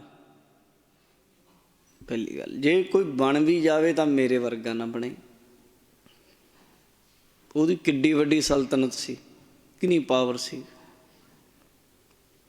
ਔਰੰਗਜ਼ੇਬ ਦੇ ਸਮੇਂ ਕੋਈ ਵੀ ਰਾਜਾ ਨਹੀਂ ਸੀ ਐਸਾ ਜਿਹੜਾ ਉਹਦੇ ਉੱਤੇ ਮਤਲਬ ਕੋਈ ਚੜ੍ਹਾਈ ਕਰਕੇ ਆ ਜੇ ਬਾਹਰ ਦਾ ਕਿਸੇ ਹੋਰ ਦੇਸ਼ ਦਾ। ਐਡੀ ਤਾਕਤ ਸੀ ਉਹ, ਵਰਲਡ ਪਾਵਰ ਇੱਕ ਤਰ੍ਹਾਂ ਦੀ ਸੀ ਉਹ, ਬਹੁਤ ਵੱਡੀ ਹਸਤੀ ਸੀ ਉਹ ਆਪਣੇ ਆਪ 'ਚ। ਪਰ ਉਹ ਕਹਿੰਦਾ ਇਸ ਲਈ, ਇਸ ਰਾਜ ਭਾਗ ਲਈ, ਇਹਨੂੰ ਸਾਂਭਣ ਲਈ ਮੈਂ ਇਹ ਕੰਮ ਕੀਤੇ ਹੈ। ਉਹ ਲਿਖਦਾ ਹੈ, ਆਪਣੀ ਲਿਖਵਾਉਂਦਾ ਹੈ, ਕਹਿੰਦਾ ਵੀ ਇਹੋ ਜਿਹੇ ਕੀਤੇ ਆ, ਮੈਨੂੰ ਇਉਂ ਲੱਗਦਾ ਕਿ ਰੱਬ ਮੈਨੂੰ ਮਾਫ਼ ਨਹੀਂ ਕਰੂਗਾ, ਮੈਨੂੰ ਕਬਰ 'ਚ ਵੀ ਚੰਗੀ ਥਾਂ ਨਹੀਂ ਮਿਲਣੀ, ਇੰਨੇ ਕੰਮ ਬੁਰੇ ਕੀਤੇ ਆ। ਤਦੇ ਮਹਾਰਾਜ ਕਹਿੰਦੇ ਆ, ਕਹਿੰਦੇ ਗਲ ਜੇਵੜੀ ਹਉਮੈ ਕੇ ਫਾਸਾ। ਇਹ ਤਾਂ ਗਲ 'ਚ ਰੱਸੀ ਹੈ। ਹਾਂ, ਹੋਵੇ ਕੋਈ ਗੁਰਮੁਖ, ਹੋਵੇ ਕਿ ਨਾਮ ਰਤਿਆ, ਗੁਰਮੁਖ ਪਿਆਰਾ, ਉਹਨੂੰ ਕੁਛ ਨਹੀਂ ਕਹਿੰਦਾ। ਨਾ ਘੋੜੇ ਮਾੜਾ ਕਹਿਣ, ਨਾ ਹਾਥੀ ਹੈਗੀ ਸੀ ਮਹਾਰਾਜ ਰਣਜੀਤ ਸਿੰਘ ਸਾਹਿਬ ਕੋਲ, ਪਰ ਉਹ ਗੁਰੂ ਕਾ ਪਿਆਰਾ, ਗੁਰੂ ਕੀ ਬਾਣੀ 'ਚ ਰੰਗਿਆ ਹੋਇਆ ਸੀ, ਜੀਵਨ ਮੁਕਤ ਪੁਰਸ਼। ਉਹਨਾਂ ਦਾ ਤਾਂ ਹੋ ਸਕਦਾ ਕੋਈ ਭਲਾ ਜੀਵਨ ਸਫਲਾ ਨਹੀਂ। ਤੇ ਜੇਕਰ ਬੰਦਾ ਕੇਵਲ ਇਹਨਾਂ ਚੀਜ਼ਾਂ 'ਚ ਰੰਗਿਆ ਵੀ ਆਹੀ ਕੁਛ ਉਹਦੇ ਕੋਲ ਹੈ, ਦੁਨੀਆ ਦੀਆਂ ਇਹਨਾਂ ਚੀਜ਼ਾਂ ਨੂੰ ਹੀ ਜੀਵਨ ਦਾ ਸੁੱਖ ਸਮਝਦਾ ਹੈ, ਤੇ ਮਹਾਰਾਜ ਕਹਿੰਦੇ ਫਿਰ ਉਹਨੇ ਗਲ 'ਚ ਫਾਹਾ ਪਾਇਆ ਹੋਇਆ। ਗਲ ਜੇਵੜੀ ਹਉਮੈ ਕੇ ਫਾਸਾ। ਹਉਮੈ ਹੈ, ਹਉਮੈ ਦੀ ਫਾਹੀ ਪਈ ਹੋਈ ਹੈ ਗਲ 'ਚ, ਵੀ ਮੈਂ ਪਤਾ ਨਹੀਂ ਕੀ ਹਾਂ, ਮੈਂ ਪਤਾ ਨਹੀਂ ਕਿੱਡਾ ਵੱਡਾ। ਉਂਝ ਹੈ ਤਾਂ ਕੁਛ ਵੀ ਨਹੀਂ। ਬੜੇ ਦੁਖੀ ਆ ਲੋਕ, ਬਹੁਤ ਤੰਗ ਹੈ। ਜਿਹੜੇ ਜਿਨ੍ਹਾਂ ਨੂੰ ਤੁਸੀਂ ਕਹਿੰਦੇ ਨਾ ਵੀ ਇਹ ਬਹੁਤ ਵੱਡੇ ਵੱਡੇ ਲੋਕ ਹੈ, ਜਾਨ ਦਾ ਬਹੁਤ ਖਤਰਾ ਉਹਨਾਂ ਨੂੰ। ਤੁਹਾਡੇ ਵਰਗੀ ਮੌਜ ਹੈ ਨਹੀਂ ਜੋ ਤੁਹਾਨੂੰ ਮੌਜ ਹੈ। ਬਹੁਤ ਮਤਲਬ ਉਹਨਾਂ ਨੂੰ ਲੱਗਦਾ ਹੈ। ਹੁਣ ਥੋੜ੍ਹੇ ਦਿਨ ਪਹਿਲਾਂ ਸਾਡੇ ਦੇਸ਼ ਦਾ ਪ੍ਰਧਾਨ ਮੰਤਰੀ ਆਇਆ ਸੀ ਪੰਜਾਬ 'ਚ। ਥੋੜ੍ਹੇ ਟਾਈਮ ਲਈ ਕਾਫਲਾ ਰੁਕ ਗਿਆ। ਕਿੰਨਾ ਔਖਾ ਹੋਇਆ, ਮਤਲਬ ਕਿੰਨੀ ਜਾਨ 'ਤੇ ਬਣੇ। ਉਹਨੂੰ ਕਹਿਣਾ ਪੈ ਗਿਆ ਵੀ ਤੁਹਾਡੇ CM ਨੂੰ ਕਹਿ ਦਿਓ ਵੀ ਧੰਨਵਾਦ, ਮੈਂ ਜਿਉਂਦਾ ਆ ਗਿਆ ਵਾਪਸ। ਚਲੋ ਜੇ ਤੈਨੂੰ ਪੋਲੀਟੀਕਲੀ ਲਈਏ ਇੱਕ ਵੱਖਰੀ ਗੱਲ ਹੈ, ਪਰ ਜੇ ਆਪਾਂ ਇਸ ਗੱਲ ਨੂੰ ਸਮਝੀਏ ਕਿ ਉਹ ਬੰਦਾ ਸੱਚ ਹੀ ਬੋਲਦਾ ਸੀ, ਜੇ ਐਂ ਸਮਝੀਏ, ਅਤੇ ਤੁਸੀਂ ਉਹ ਚੀਜ਼ ਨੂੰ ਸਮਝੋ ਵੀ ਕਿੰਨਾ ਉਹ ਬੰਦਾ ਆਪਣੇ ਆਪ ਨੂੰ ਘਿਰਿਆ ਹੋਇਆ ਮਹਿਸੂਸ ਕਰਦਾ। ਐਡੀ ਪਦਵੀ 'ਤੇ ਬਹਿ ਕੇ ਉਹ ਬੰਦੇ ਨੂੰ ਇਉਂ ਲੱਗਦਾ ਵੀ ਪਲ ਪਲ 'ਤੇ ਮੌਤ ਹੈ ਮੇਰੀ। ਜੇ ਤੁਸੀਂ ਕਹੋ ਤੁਸੀਂ ਤਾਂ ਰੋਜ਼ ਤੁਹਾਨੂੰ ਫਿਰ ਆਖਣਾ ਪਿਆ ਕਰੂਗਾ, ਜਾਣੀ ਰੋਜ਼ 20 ਮਿੰਟ ਸ਼ਾਮ 'ਚ ਤਾਂ ਤੁਸੀਂ ਅੱਧਾ ਘੰਟਾ ਤਾਂ ਰੋਜ਼ ਹੀ ਫਸਦੇ। ਤੁਸੀਂ ਘਰੇ ਜਾ ਕੇ ਆਪਣੀ ਮਾਂ ਨੂੰ ਕਿਹਾ ਕਰੋਗੇ, ਮੰਮੀ ਬਾਪੂ ਨੂੰ ਕਹਿ ਦੇ ਅੱਜ ਮੈਂ ਜਾਨ ਬਚਾ ਕੇ ਆ ਗਿਆ, 20 ਮਿੰਟ ਜਾਮ 'ਚ ਫਸ ਗਿਆ ਸੀ। ਕਦੇ ਕਿਹਾ ਨਹੀਂ ਹੋਣਾ ਤੁਸੀਂ। ਕਦੇ ਪਿੰਡ ਚੱਲ ਗਏ, ਉੱਥੇ ਫਸ ਗਏ। ਹਰੇਕ ਬੱਤੀਆਂ 'ਤੇ ਚੰਡੀਗੜ੍ਹ ਤੁਸੀਂ ਰੋਜ਼ ਇੱਥੋਂ ਲੰਘ ਜਾਓ, ਅੱਧਾ ਘੰਟਾ ਤਾਂ ਉੱਦਾਂ ਹੀ ਬੱਤੀਆਂ 'ਤੇ ਲੱਗ ਜਾਂਦਾ ਸਾਨੂੰ। ਪਰ ਨਹੀਂ, ਤੁਹਾਡੇ ਕੋਲ ਸ਼ਬਦ ਨਹੀਂ ਹੋ ਸਕਦੇ ਵੀ ਮੈਂ ਜਾਨ ਬਚਾ ਕੇ ਆ ਗਿਆ। ਕਿਉਂ? ਕਾਰਨ ਕਿਉਂਕਿ ਤੁਸੀਂ ਸੱਚੀ ਮੁੱਚੀ ਆਪਣੇ ਆਪ ਨੂੰ ਮਹਿਸੂਸ ਕਰਦੇ ਹੋ ਵੀ ਮੇਰੀ ਜ਼ਿੰਦਗੀ ਹੈਗੀ ਹੈ, ਮੈਂ ਠੀਕ ਹਾਂ। ਉਹ ਬੰਦੇ ਇੱਕ ਪਲ ਵੀ ਜਿਹੜੀ ਮਹਿਸੂਸ ਨਹੀਂ ਕਰਦੇ। ਇੰਨਾ ਵੱਡਾ ਬੰਦੇ ਦਾ ਉਹ ਹੋਵੇ, ਸਿਕਿਉਰਿਟੀ ਹੋਵੇ, ਐਡੀ ਵੱਡੀ ਦੁਨੀਆ ਦੀ ਸਭ ਤੋਂ ਵੱਧ ਸਿਕਿਉਰ ਫੌਜ ਬੰਦੇ ਕੋਲ ਹੋਵੇ, ਪਰ ਫਿਰ ਵੀ ਬੰਦੇ ਨੂੰ ਇਹ ਮਹਿਸੂਸ ਹੁੰਦਾ ਵੀ ਮੇਰੀ ਜ਼ਿੰਦਗੀ ਦਾ ਕੋਈ ਭਰੋਸਾ ਨਹੀਂ, ਕਿਉਂਕਿ ਗਲ ਜੇਵੜੀ ਹਉਮੈ ਕੇ ਫਾਸਾ, ਛੱਡ ਨਹੀਂ ਸਕਦਾ। ਹੁਣ ਛੱਡ ਦੂ ਕਿਤੇ ਕੁਰਸੀ ਵੀ ਤੇ ਮੈਂ ਛਾਪਾ ਹੀ ਪਾ ਕੇ ਖੜ੍ਹ ਗਿਆ ਗਲ 'ਚ। ਮੈਂ ਤਾਂ ਕਿਤੇ ਖੜ੍ਹ ਕੇ ਚਾਹ ਨਹੀਂ ਪੀ ਸਕਦਾ, ਕਿਸੇ ਬੰਦੇ ਨੂੰ ਮਿਲ ਨਹੀਂ ਸਕਦਾ, ਹੱਥ ਨਹੀਂ ਮਿਲਾ ਸਕਦਾ, ਗਲੇ ਨਹੀਂ ਲੱਗ ਸਕਦਾ। 70 ਵਾਰੀ ਦੇਖਣਾ ਪਊਗਾ ਵੀ ਇਹਦੇ ਨੇੜੇ ਵੀ ਲੱਗਾ ਕਿ ਨਹੀਂ ਲੱਗਾ। ਆਪਣੇ ਬੰਦੇ ਬਗਾਨੇ ਲੱਗਣ ਲੱਗ ਜਾਂਦੇ ਆ। ਕਿੰਨਾ ਔਖਾ ਹੈ। ਕਿਤੇ ਸੌਖਾ ਲੱਗਦਾ ਤੁਹਾਨੂੰ ਵੀ? ਬਹੁਤ ਨਜ਼ਾਰੇ ਆ ਇਹ। ਹਿਟਲਰ ਦਾ ਤੁਸੀਂ ਕਿਤੇ ਪੜ੍ਹਿਓ ਉਹਦੀ ਜ਼ਿੰਦਗੀ। ਜਿੱਥੇ ਸੌਂਦਾ ਸੀ ਜਾਂ ਤਾਂ ਉਹਨੂੰ ਆਪ ਪਤਾ ਹੁੰਦਾ ਸੀ ਮੈਂ ਇੱਥੇ ਸੁੱਤਾ, ਜਾਂ ਇੱਕੋ ਦਾ ਹੋਰ ਬਹੁਤ ਖਾਸ ਬੰਦਾ ਹੁੰਦਾ ਸੀ, ਉਹਨੂੰ ਪਤਾ ਹੁੰਦਾ ਸੀ ਵੀ ਆਹ ਕਮਰੇ 'ਚ ਸੁੱਤਾ। ਨਹੀਂ, ਕਿਸੇ ਨੂੰ ਪਤਾ ਨਹੀਂ ਸੀ। ਫੌਜ ਖੜ੍ਹੀ ਆ ਉਹਦੇ ਸਾਹਮਣੇ ਅੱਗੇ, ਜਿਹੜੀ ਪਹਿਲੀ ਸਿਕਿਉਰਿਟੀ 'ਚ ਪਹਿਲੀ ਮਤਲਬ ਹੈਗੀ ਆ, ਉਹਨਾਂ ਨੂੰ ਇਉਂ ਆ ਵੀ ਹਿਟਲਰ 5 ਨੰਬਰ ਕਮਰੇ 'ਚ ਹੈ। ਦੂਜੇ ਨੰਬਰ ਦੀ ਹੈ ਜਿਹੜੀ, ਉਹਨਾਂ ਨੂੰ ਇਉਂ ਆ ਉਹ ਤਾਂ 7 ਨੰਬਰ 'ਚ ਹੈ। ਤੀਜੇ ਨੰਬਰ ਵਾਲੀ ਨੂੰ ਆ ਵੀ ਉਹ 1 'ਚ ਹੈ। ਚੌਥੇ ਵਾਲੀ ਨੂੰ ਆ 10 ਨੰਬਰ 'ਚ ਹੈ। ਜਾਣੀ ਕਿਸੇ ਨੂੰ ਇਹ ਕਲੀਅਰ ਨਹੀਂ ਪਤਾ ਵੀ ਇਹ ਬੰਦਾ ਹੈਗਾ ਕਿੱਥੇ ਹੈ। ਔਰ ਵਿੱਚ ਦੀ ਲੰਘਣ ਦੇ ਲਈ ਰਸਤੇ ਸਨ, ਔਰ ਇਹ ਨਹੀਂ ਸੀ ਪਤਾ ਸੁੱਤਾ ਕਿੱਥੇ ਆ, ਉੱਠੂਗਾ ਕਿੱਥੋਂ। ਇੰਨਾ ਜਾਣੀ ਕਰਿਆ ਹੋਇਆ ਸੀ ਜ਼ਿੰਦਗੀ ਦਾ ਤਾਮ ਝਾਮ। ਕਿਤੇ ਬਹੁਤ ਸੁੱਖ ਹੈ ਇਹ। ਜਿਹੜੀ ਤੁਹਾਨੂੰ ਇਹ ਕੋਈ ਬੰਦਾ ਬਿਸਤਰੇ ਬਦਲ ਨੂੰ ਕਹੀ ਜਾਵੇ ਵੀ ਇੱਥੋਂ ਨਹੀਂ ਜੀ ਇੱਥੇ ਚੱਲ ਜਾਓ ਜੀ, ਇੱਥੋਂ ਨਹੀਂ ਜੀ ਇੱਥੇ ਸੌਂ ਜਾਓ, ਕੀ ਹੈ ਇਹ? ਬਹੁਤ ਨਜ਼ਾਰਾ ਸਮਝਦੇ ਕਿਤੇ। ਹਉਮੈ ਕੇ ਫਾਸਾ, ਗਲ ਜੇਵੜੀ। ਪਰ ਬੀਜ ਇੰਨੇ ਪਾਪ, ਇੰਨੇ ਬੀਜ ਲੈਂਦਾ ਬੰਦਾ ਇਸ ਉਹਦੇ ਉੱਤੇ, ਚਾਹ ਕੇ ਵੀ ਤੁਹਾਡੇ ਵਾਲੀ ਜ਼ਿੰਦਗੀ ਜਿਉ ਨਹੀਂ ਸਕਦਾ ਬੰਦਾ। ਪਦਵੀ ਤੋਂ ਵੀ ਲੱਥ ਜੂ। ਪਰ ਜਿਵੇਂ ਤੁਸੀਂ ਗੁਰਦੁਆਰੇ ਆ ਕੇ ਬਹਿ ਕੇ ਨਾਢਾ ਸਾਹਿਬ ਬਹਿ ਜੂ ਕਿਤੇ ਕੋਈ ਮੰਤਰੀ ਸੰਤਰੀ ਜਿਹਨੂੰ ਤੁਸੀਂ ਸਮਝਦੇ, ਤੁਹਾਨੂੰ ਲੱਗਦਾ ਹੈ ਇੱਥੇ ਕੋਈ ਤੁਹਾਡੀ ਨਜ਼ਰ 'ਚ ਇਹੋ ਸੈਲੀਬ੍ਰਿਟੀ ਉਂਝ ਕੀ ਹੈ? ਕੁਛ ਵੀ ਨਹੀਂ। ਸ਼ਾਂਤੀ ਥੋੜ੍ਹਾ ਕਿਤੇ ਆਉਣਗੇ ਇੱਥੇ ਬੰਦੇ, ਫੋਟੋਆਂ ਜਿਹੀਆਂ ਖਿੱਚਣਗੇ, ਤੁਹਾਨੂੰ ਲੱਗਦਾ ਵੀ ਲੈ ਵੀ ਪਤਾ ਨਹੀਂ ਕੀ ਹੈ, ਇਹਦੇ ਨਾਲ ਫੋਟੋਆਂ ਖਿੱਚਾਂ। ਮੈਂ ਤਾਂ ਨਹੀਂ ਖਿਚਾਉਂਦਾ ਕਿਸੇ ਨਾਲ, ਕਿਉਂ ਖਿਚਾਊਂ? ਕੀ ਆ ਉਹ ਬੰਦਾ? ਨਾ, ਬਿਲਕੁਲ ਨਹੀਂ। ਉਹਨੂੰ ਵੀ ਉਹਦੀ ਜ਼ਿੰਦਗੀ ਦਾ ਆਨੰਦ ਮਾਣਨ ਦਿਓ। ਕੋਈ ਗੁਰਦੁਆਰੇ ਤਾਂ ਖਾਸ ਕਰਕੇ ਨਾ ਕਰੋ। ਪਰ ਇਹ ਬਹੁਤ ਮਾੜੀ ਗੱਲ ਹੈ ਸਾਡੇ ਬੰਦਿਆਂ ਦੀ। ਜੇ ਕੋਈ ਇੱਦਾਂ ਬੰਦਾ ਆਉਂਦਾ, ਉਹਨੂੰ ਘੇਰ ਕੇ ਖੜ੍ਹ ਜਾਣਗੇ ਗੁਰਦੁਆਰੇ 'ਚ, ਉਹਦੀਆਂ ਫੋਟੋਆਂ ਖਿੱਚਣ ਲੱਗ ਜਾਣਗੇ ਉਹਨੂੰ। ਵੀ ਇੱਥੇ ਤਾਂ ਘੱਟੋ ਘੱਟ ਉਹਨੂੰ ਬਖਸ਼ ਦਿਓ, ਸ਼ਾਂਤੀ ਦੇ ਦਿਓ। ਪਤਾ ਕਿੰਨਾ ਤੜਫਦਾ ਉਹ, ਕਿਉਂ ਆਇਆ ਇੱਥੇ ਉਹ? ਕਿਉਂਕਿ ਉਹਨੂੰ ਫਰੀ ਫੀਲ ਹੋਣ ਦਿਓ, ਜੀਵਨ ਫੀਲ ਹੋਣ ਦਿਓ। ਅਤੇ ਨਹੀਂ ਤਾਂ ਭਾਈ ਗਲ 'ਚ ਉਹਦੇ ਰੱਸੀਆਂ ਪਾਈਆਂ ਹੋਈਆਂ। ਗਲ ਜੇਵੜੀ ਹਉਮੈ ਕੇ ਫਾਸਾ, ਗਲ 'ਚ ਰੱਸੀ ਹੈ, ਹਉਮੈ ਦਾ ਫਾਹਾ ਹੈ। ਇਹਨਾਂ ਚੀਜ਼ਾਂ 'ਚ ਸੁੱਖ ਨਹੀਂ। ਰਾਜ ਕਮਾਵੈ ਦਹਿ ਦਿਸ ਸਾਰੀ। ਮਹਾਰਾਜ ਕਹਿੰਦੇ ਸੁੱਖ ਰਾਜ 'ਚ ਹੈ ਕਿਤੇ? ਸੁਣ ਲਓ ਫਿਰ। ਕਹਿੰਦੇ ਰਾਜ ਬੰਦੇ ਦਾ ਹੋ ਜਾਵੇ, ਕਮਾਵੈ ਦਹਿ ਦਿਸ ਸਾਰੀ, 10 ਦਿਸ਼ਾਵਾਂ 'ਚ, ਇੱਕ ਅੱਧੇ ਪਾਸੇ ਨਹੀਂ। ਵੀ ਬੰਦੇ ਦਾ ਜਾਣੀ ਵਿਰੋਧ ਹੀ ਨਾ ਹੋਵੇ ਕਿਤੇ, ਇੰਨੀ ਬੰਦੇ ਦੀ ਪਹੁੰਚ ਹੋਵੇ, ਕੰਟਰੋਲ ਹੋਵੇ, ਪਕੜ ਹੋਵੇ, ਜਾਣੀ 10 ਦਿਸ਼ਾਵਾਂ 'ਚ ਉਹਦਾ ਰਾਜ ਹੋਵੇ। ਇੰਨੀ ਕੁ ਪਕੜ ਹੋਵੇ ਬੰਦੇ ਦੀ। ਹਜੇ ਤੱਕ ਤਾਂ ਇੱਥੇ ਹੋਇਆ ਨਹੀਂ ਕਿਸੇ ਦਾ ਇੰਨਾ ਰਾਜ। ਯਤਨ ਤਾਂ ਕੀਤਾ ਜਾਂਦਾ ਵੀ ਕਰ ਲਈਏ, ਮਸ਼ੀਨਾਂ 'ਚ ਗੜਬੜੀ ਕਰਕੇ, ਸਰਕਾਰੀ ਤੰਤਰ ਨੂੰ ਹੱਥ 'ਚ ਲੈ ਕੇ, ਕਿਸੇ ਬੰਦੇ ਨੂੰ ਦਬਾ ਕੇ, ਕੋਈ ਈਡੀ ਦੀ ਰੇਡ ਪਾ ਕੇ, ਕੋਈ ਹੋਰ ਭੇਜ ਭੂਜ ਕੇ, ਡਰਾ ਡਰੂ ਕੇ ਵੀ ਆਪਣੇ ਥੱਲੇ ਕਰ ਲਈਏ। ਕਰਨਾ ਤਾਂ ਚਾਹੁੰਦੀਆਂ ਨੇ ਸਰਕਾਰਾਂ, ਹਰੇਕ ਹੀ ਚਾਹੁੰਦੀ ਹੈ। ਇਹ ਨਹੀਂ ਕਿ ਅੱਜ ਦੀ ਸਰਕਾਰ ਨੂੰ ਕਹਾਂ ਮੈਂ। ਕਿਤੇ ਇੰਦਰਾ ਗਾਂਧੀ ਦਾ ਪੜ੍ਹ ਕੇ ਵੇਖਿਓ ਉਹਨੇ ਕੀ ਕੁਛ ਕੀਤਾ ਸੀ। ਜਿਹੜੇ ਬੰਦੇ ਕੋਲ ਸੱਤਾ ਹੁੰਦੀ ਉਹ ਫਿਰ ਚਾਹੁੰਦਾ ਵੀ ਜਾਵੇ ਨਾ ਮੇਰੇ ਕੋਲੋਂ। ਹਰ ਕੋਈ ਇਹ ਇਸ ਤਰ੍ਹਾਂ ਦਾ ਹੀ ਹੁੰਦਾ। पर डेमोक्रेसी सिस्टम ऐसा है कि ਇਹਦੇ ਵਿੱਚ ਜੇ ਲੋਕ ਜਾਗੇ ਹੋਣ, ਜੇ ਸੱਚੀ ਲੋਕ ਜਾਗੇ ਹੋਣ,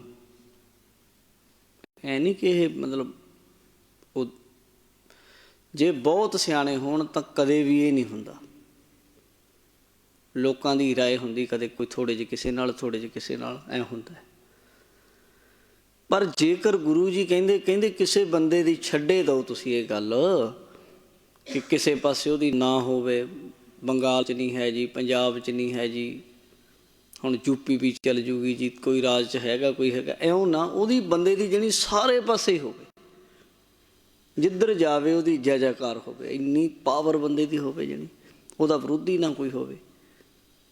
ਰਾਜ ਕਮਾਵੈ ਦਹਿ ਦਿਸ ਸਾਰੀ, ਦਸੇ ਦਿਸ਼ਾਵਾਂ 'ਚ ਉਹਦਾ ਰਾਜ ਹੋਵੇ, ਸਾਰੀ ਧਰਤੀ 'ਤੇ ਰਾਜ ਹੋਵੇ, ਇੰਨਾ ਬੰਦਾ। ਹੁਣ ਦੇਖੋ ਤੁਸੀਂ ਲੋਕਪ੍ਰਿਯ ਮਾਣੈ ਰੰਗ ਭੋਗ ਬਹੁ ਨਾਰੀ, ਕਹਿੰਦੇ ਮਾਣੈ ਰੰਗ, ਜ਼ਿੰਦਗੀ ਦੇ ਹਰੇਕ ਤਰ੍ਹਾਂ ਦੇ ਰੰਗ ਨੂੰ, ਸੁੱਖ ਨੂੰ ਮਾਣੇ ਉਹ ਬੰਦਾ। ਨਿੱਤ ਉਹਦੀ ਜ਼ਿੰਦਗੀ ਪਾਰਟੀਆਂ 'ਚ ਲੰਘੇ, ਐ ਮੌਜਾਂ ਮਾਣਦਾ ਹੋਵੇ, ਹਰੇਕ ਸੁੱਖ ਹੋਵੇ ਉਹਦੇ ਕੋਲ, ਹਰੇਕ ਚੀਜ਼ ਖਾਣ ਨੂੰ ਉਹਦੇ ਕੋਲ ਹੋਵੇ, ਹਰੇਕ ਤਰ੍ਹਾਂ ਦਾ ਰਸ ਉਹਦੇ ਕੋਲ ਪੀਣ ਨੂੰ ਹੋਵੇ। ਮਾਣੈ ਰੰਗ ਭੋਗ ਬਹੁ ਨਾਰੀ, ਅਤੇ ਭੋਗਾਂ 'ਚ ਇੰਨਾ ਲਿਪਤ ਹੋਵੇ ਜਿਵੇਂ ਰਾਜੇ ਰਜਵਾੜੇ ਹੁੰਦੇ ਸਨ ਪਹਿਲਾਂ। ਯਾਨੀ ਉਹਨਾਂ ਦੀ ਜੋ ਗੁਰੂ ਸਾਹਿਬ ਨੇ ਦੱਸੀ ਜ਼ਿੰਦਗੀ, ਉਹ ਤਾਂ ਕਿਤੇ ਉਹਨਾਂ ਦੇ ਨੇੜੇ ਤੇੜੇ ਵੀ ਨਹੀਂ ਉਸ ਜੀਵਨ ਦੇ ਹੁੰਦੇ ਜੋ ਗੁਰੂ ਸਾਹਿਬ ਨੇ ਆਖਿਆ, ਇੱਕਾ ਨਾਰੀ ਜਤੀ ਹੋਏ, ਜਿਹਦੇ ਨਾਲ ਤੂੰ ਵਿਆਹ ਕਰਾਇਆ ਉਹਦੇ ਨਾਲ ਵਫਾਦਾਰ ਰਹੇ। ਇਸਤਰੀਆਂ ਭਾਵੇਂ ਪੁਰਸ਼ ਹੈ, ਇਸਤਰੀ ਆਪਣੇ ਪਤੀ ਨਾਲ ਵਫਾਦਾਰ ਰਹਿਣ ਦੀ ਜ਼ਿੰਮੇਵਾਰੀ ਨਿਭਾਵੇ। ਪਤੀ ਹੈ ਜਿਹੜਾ ਆਪਣੀ ਇਸਤਰੀ ਨਾਲ ਵਫਾਦਾਰ ਰਹਿਣ ਦਾ ਵਚਨ ਨਿਭਾਵੇ, ਇਹ ਜ਼ਿੰਮੇਵਾਰੀ ਹੈ, ਕਮਿਟਮੈਂਟ ਹੈ। ਇਹਦੇ ਉੱਤੇ ਦੋਵਾਂ ਨੇ ਪਹਿਰਾ ਦੇਣਾ ਇਮਾਨਦਾਰੀ ਨਾਲ। ਪਰ ਕਈ ਧਰਮਾਂ ਵਿੱਚ ਇੱਕ ਤੋਂ ਵੱਧ ਕੇ ਵੀ ਇਸਲਾਮ ਵਾਲੇ 4 ਸ਼ਾਦੀਆਂ ਦਾ ਜ਼ਿਕਰ ਕਰਦੇ ਆ। ਮਹਾਰਾਜ ਕਹਿੰਦੇ ਇਹ 4 5 7 ਦੀ ਗੱਲ ਛੱਡ ਦਿਓ, ਜੇ ਕੋਈ ਬੰਦਾ ਰੰਗ ਮਾਣੇ ਭੋਗ ਬਹੁ ਨਾਰੀ, ਤੇ ਬੜੇ ਸਾਰੇ ਭੋਗ ਦੇ ਸਾਧਨ ਕਰ ਲਵੇ, 1 2 5 7 ਔਰਤਾਂ ਨਹੀਂ, ਕੋਈ ਬਹੁਤ ਔਰਤਾਂ ਨਾਲ ਉਹਦਾ ਸੰਬੰਧ ਹੋਵੇ ਜੀਵਨ ਵਿੱਚ, ਪਤਾ ਹੀ ਨਾ ਹੋਵੇ, ਜਾਣੀ ਇਹੀ ਜ਼ਿੰਦਗੀ ਦਾ ਸੁੱਖ ਮੰਨ ਲਵੇ, ਫਿਰ ਕੀ ਸੁੱਖ ਹੈ? ਕਹਿੰਦੇ ਫਿਰ ਸੁਖੀ ਹੋ ਜੂ ਕਿਤੇ? ਕਹਿੰਦੇ ਨਾ, ਇਹਨਾਂ ਚੀਜ਼ਾਂ 'ਚ ਸੁੱਖ ਹੈ ਨਹੀਂ।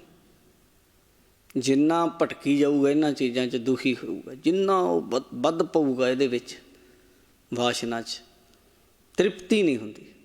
ਇਹ ਯਾਦ ਰੱਖ ਲਿਓ। ਪਰਤਰੀ ਪਰ ਪੁਰਖ ਕਦੇ ਸੁੱਖ ਨਹੀਂ ਦਿੰਦਾ, ਜੋ ਮਰਜ਼ੀ ਕਰ ਲਵੇ ਬੰਦਾ ਦੁਨੀਆ ਦਾ, ਤ੍ਰਿਪਤੀ ਨਹੀਂ ਹੁੰਦੀ। ਪਰ ਮਨ ਦੀ ਵਾਸ਼ਨਾ ਇੰਨੀ ਭੈੜੀ ਹੈ, ਇੰਨਾ ਭੈੜਾ ਮਨ ਹੈ। ਆਪਣੇ ਘਰੇ ਸਾਰੇ ਗੁਣ ਸੰਪੰਨ ਔਰਤ ਹੋਵੇਗੀ, ਰੂਪਵੰਤੀ ਹੋਏਗੀ, ਜੀ ਕਰਦੀ ਹੋਵੇਗੀ, ਅੱਗੇ ਪਿੱਛੇ ਘੁੰਮਦੀ ਹੋਏਗੀ, ਸਾਰੇ ਗੁਣ ਹੋਣਗੇ ਉਹਦੇ 'ਚ, ਪਰ ਐਡਾ ਭੈੜਾ ਮਨ ਹੈ। ਐਂ ਜਿਵੇਂ ਕਹਿ ਲਓ ਕਿ ਸਾਰਾ ਕੁਝ ਛੱਡ ਕੇ ਜਾ ਕੇ ਗੰਦਗੀ 'ਤੇ ਡਿੱਗਦਾ, ਕੂੜ 'ਤੇ ਜਾ ਕੇ ਡਿੱਗਦਾ। ਸੁਭਾਅ ਹੈ ਇਹਦਾ ਮਨ ਦਾ। ਇਹ ਗੁਰਸਿੱਖ ਗੁਰੂ ਦੀ ਬਾਣੀ ਪੜ੍ਹਨ ਵਾਲੇ ਤੇ ਕੰਟਰੋਲ ਰੱਖਦੇ ਆ, ਇਹਨੂੰ ਕੁੰਡਾ ਪਾ ਕੇ ਰੱਖਦੇ ਆ। ਹਸਤੀ ਸਿਰ ਜਿਉ ਅੰਕਸ ਹੈ, ਅਤੇ ਜਿਨ੍ਹਾਂ ਨੂੰ ਹੈ ਹੀ ਨਹੀਂ ਇਸ ਚੀਜ਼ ਦਾ ਕੋਈ ਵੀ ਗੁਰੂ ਮੈਨੂੰ ਕੀ ਕਹੇਗਾ, ਗੁਰੂ ਨੂੰ ਮੂੰਹ ਦਿਖਾਉਣਾ ਵੀ ਅੱਗੇ ਦਰਗਾਹ 'ਚ ਵੀ ਜਾਣਾ, ਉਹਨਾਂ ਨੂੰ ਤਾਂ ਰੋਕ ਟੋਕ ਹੀ ਨਹੀਂ। ਉਹਨਾਂ ਲਈ ਤਾਂ ਕੰਮ ਸੌਖਾ ਹੀ ਹੈ। ਉਹ ਤਾਂ ਜਿਹੜੀ ਫਕਰ ਮਹਿਸੂਸ ਕਰਦੇ। ਪਰ ਜੇ ਇੰਨਾ ਕੁਝ ਮੰਨ ਲਓ, ਤੁਹਾਡੀ ਗੱਲ ਵੀ ਇੰਨਾ ਹੋਵੇ ਵੀ, ਹੈ ਤਾਂ ਲੀਗਲ, ਇਹ ਲੀਗਲ ਨਹੀਂ, ਪਰ ਜੇ ਲੀਗਲੀ ਵੀ ਹੋਵੇ, ਕਹਿੰਦੇ ਇੰਨਾ ਕੁਝ ਹੋਣ ਦੇ ਬਾਵਜੂਦ ਵੀ ਤ੍ਰਿਸ਼ਨਾ ਨਹੀਂ ਮਰਦੀ, ਬੰਦੇ ਦੀ ਤ੍ਰਿਸ਼ਨਾ ਬਣੀ ਰਹਿੰਦੀ ਹੈ। ਜਿਉਂ ਨਰਪਤ ਸੁਪਨਾ ਭਿਖਾਰੀ, ਇਹ ਤਾਂ ਉਹ ਗੱਲ ਹੈ ਤਾਂ ਰਾਜਾ ਸੁਪਨੇ 'ਚ ਸੁੱਤਾ ਹੋਵੇ ਤੇ ਭਿਖਾਰੀ ਬਣ ਜਾਵੇ ਰਾਜਾ। ਹੈ ਰਾਜਾ ਪਰ ਭੀਖ ਮੰਗਦਾ ਫਿਰੇ ਦਰ ਦਰ ਤੇ ਸੁਪਨੇ 'ਚ, ਉਹ ਹਾਲਤ ਹੈ ਬੰਦੇ ਦੀ। ਹੈ ਤਾਂ ਅੰਦਰ ਆਤਮਿਕ ਤੌਰ 'ਤੇ ਤਾਂ ਸੁੱਖ ਹੈ, ਅੰਦਰੋਂ ਸੁੱਖ ਮਿਲ ਸਕਦਾ ਨਾਮ ਨਾਲ, ਪਰ ਇਹ ਲੱਭਦਾ ਫਿਰਦਾ ਕਦੇ ਰਾਜ 'ਚ, ਕਦੇ ਰੰਗਾਂ 'ਚ, ਕਦੇ ਭੋਗਾਂ 'ਚ, ਕਦੇ ਬਹੁ ਇਸਤਰੀਆਂ ਵਿੱਚ ਜਾਂ ਬਹੁ ਪੁਰਸ਼ਾਂ ਵਿੱਚ। ਸੁੱਖ ਨਹੀਂ ਹੈ ਇਹਨਾਂ ਚੀਜ਼ਾਂ 'ਚ ਕਹਿੰਦੇ। ਫਿਰ ਪ੍ਰਸ਼ਨ ਆ ਗਿਆ, ਪ੍ਰਸ਼ਨ ਦਾ ਹੁਣ ਉੱਤਰ ਆ ਗਿਆ। ਜਿਹੜਾ ਪਹਿਲਾਂ ਪ੍ਰਸ਼ਨ ਸੀ, ਕਿਨ ਵਿਧ ਕੁਸ਼ਲ ਹੋਤ ਮੇਰੇ ਭਾਈ। ਮਹਾਰਾਜ ਫਿਰ ਜੇ ਇਹ ਤਾਂ ਦੁਨੀਆ ਦੀਆਂ ਸਭ ਤੋਂ ਤੁਸੀਂ ਕਹਿ ਲਓ ਵੱਡੀਆਂ ਚੀਜ਼ਾਂ ਦੇ ਨਾਂ ਲੈ ਤੇ, ਵੀ ਇਹਦੇ ਵਿੱਚ ਵੀ ਸੁੱਖ ਨਹੀਂ, ਇਹਦੇ ਵਿੱਚ ਵੀ ਸੁੱਖ ਨਹੀਂ, ਇਹਦੇ ਵਿੱਚ ਵੀ ਨਹੀਂ। ਮਹਾਰਾਜ ਹੈ ਕਿਹੜੀ ਚੀਜ਼ ਵਿੱਚ, ਇਹ ਤਾਂ ਦੱਸ ਦਿਓ ਫਿਰ। ਏਕ ਕੁਸ਼ਲ ਮੋਕਉ ਸਤਿਗੁਰੂ ਬਤਾਇਆ। ਏਕ ਕੁਸ਼ਲ, ਇੱਕ ਚੀਜ਼ 'ਚ ਸੁੱਖ ਹੈਗਾ, ਇੱਕ ਹੈ ਸੁੱਖ ਦੀ ਚੀਜ਼। ਉਹ ਕੀ ਕਹਿੰਦੇ, ਮੋਕਉ ਸਤਿਗੁਰੂ ਬਤਾਇਆ। ਉਹ ਮੈਨੂੰ ਗੁਰੂ ਨੇ ਦੱਸਿਆ, ਮੈਨੂੰ ਮੇਰੇ ਗੁਰੂ ਨਾਨਕ ਨੇ ਮੈਨੂੰ ਦੱਸਿਆ ਰਾਹ ਸੁੱਖ ਦਾ, ਅੰਦਰ ਦੀ ਸ਼ਾਂਤੀ ਦਾ। ਜੇ ਤੁਸੀਂ ਅਪਣਾਉਣਾ ਚਾਹੋ ਤੇ ਉਹ ਹੈਗਾ। ਕਹਿੰਦੇ ਮਹਾਰਾਜ ਕਿਉਂ ਨਹੀਂ ਅਪਣਾਉਣਾ ਚਾਹਾਂਗੇ, ਜਦ ਤੁਸੀਂ ਦੱਸ ਦਿੱਤਾ ਵੀ ਉੱਚੇ ਉੱਚੇ ਮੰਦਰਾਂ ਵਿੱਚ, ਮਹਿਲਾਂ ਵਿੱਚ, ਹਾਥੀਆਂ ਅਤੇ ਘੋੜਿਆਂ ਵਿੱਚ ਸੁੱਖ ਹੈ ਨਹੀਂ, ਵੱਡੀ ਵੱਡੀ ਫੌਜ ਲਸ਼ਕਰਾਂ ਵਿੱਚ ਫੌਜ ਹੈ ਨਹੀਂ, ਇਹਨਾਂ ਚੀਜ਼ਾਂ 'ਚ ਹਉਮੈ ਦੀ ਫਾਹੀ ਹੈ ਵੀ ਮੈਂ ਚੌਧਰ ਹੈ ਬਸ। ਰਾਜ ਬਹੁਤ ਵੱਡਾ ਰਾਜਾ ਹੋ ਜਾਣਾ, ਇਹ ਵੀ ਸੁੱਖ ਦੀ ਨਿਸ਼ਾਨੀ ਹੈ ਨਹੀਂ। ਬੜੇ ਰੰਗ ਮਾਣਨੇ, ਭੋਗ ਭੋਗਣੇ, ਇਹ ਵੀ ਭਿਖਾਰੀ ਵਾਲੀ ਹਾਲਤ ਹੈ। ਫਿਰ ਕਿਸ ਚੀਜ਼ ਵਿੱਚ ਹੈ, ਕਹਿੰਦੇ ਏਕ ਕੁਸ਼ਲ ਮੋਕਉ ਸਤਿਗੁਰੂ ਬਤਾਇਆ। ਇੱਕ ਸੁੱਖ ਦੀ ਗੱਲ ਹੈ। ਗੁਰੂ ਅਰਜਨ ਦੇਵ ਮਹਾਰਾਜ ਕਹਿੰਦੇ ਮੈਨੂੰ ਮੇਰੇ ਗੁਰੂ ਨੇ ਦੱਸੀ ਆ ਉਹ ਸੁੱਖ ਦੀ ਗੱਲ। ਕਹਿੰਦੇ ਜੀ ਕਿਹੜੀ, ਉਹ ਕਿਹੜੀ ਹੈ? ਉਹ ਦੱਸ ਰਹੇ ਹੈ, ਹਰ ਜੋ ਕਿਛ ਕਰੇ ਸੁਖ ਹਰ ਕਿਆਂ ਭਗਤਾਂ ਪਾਇਆ। ਸੁੱਖ ਹੈ ਪ੍ਰਭੂ ਦੇ ਭਾਣੇ ਵਿੱਚ, ਸਮਝੋ,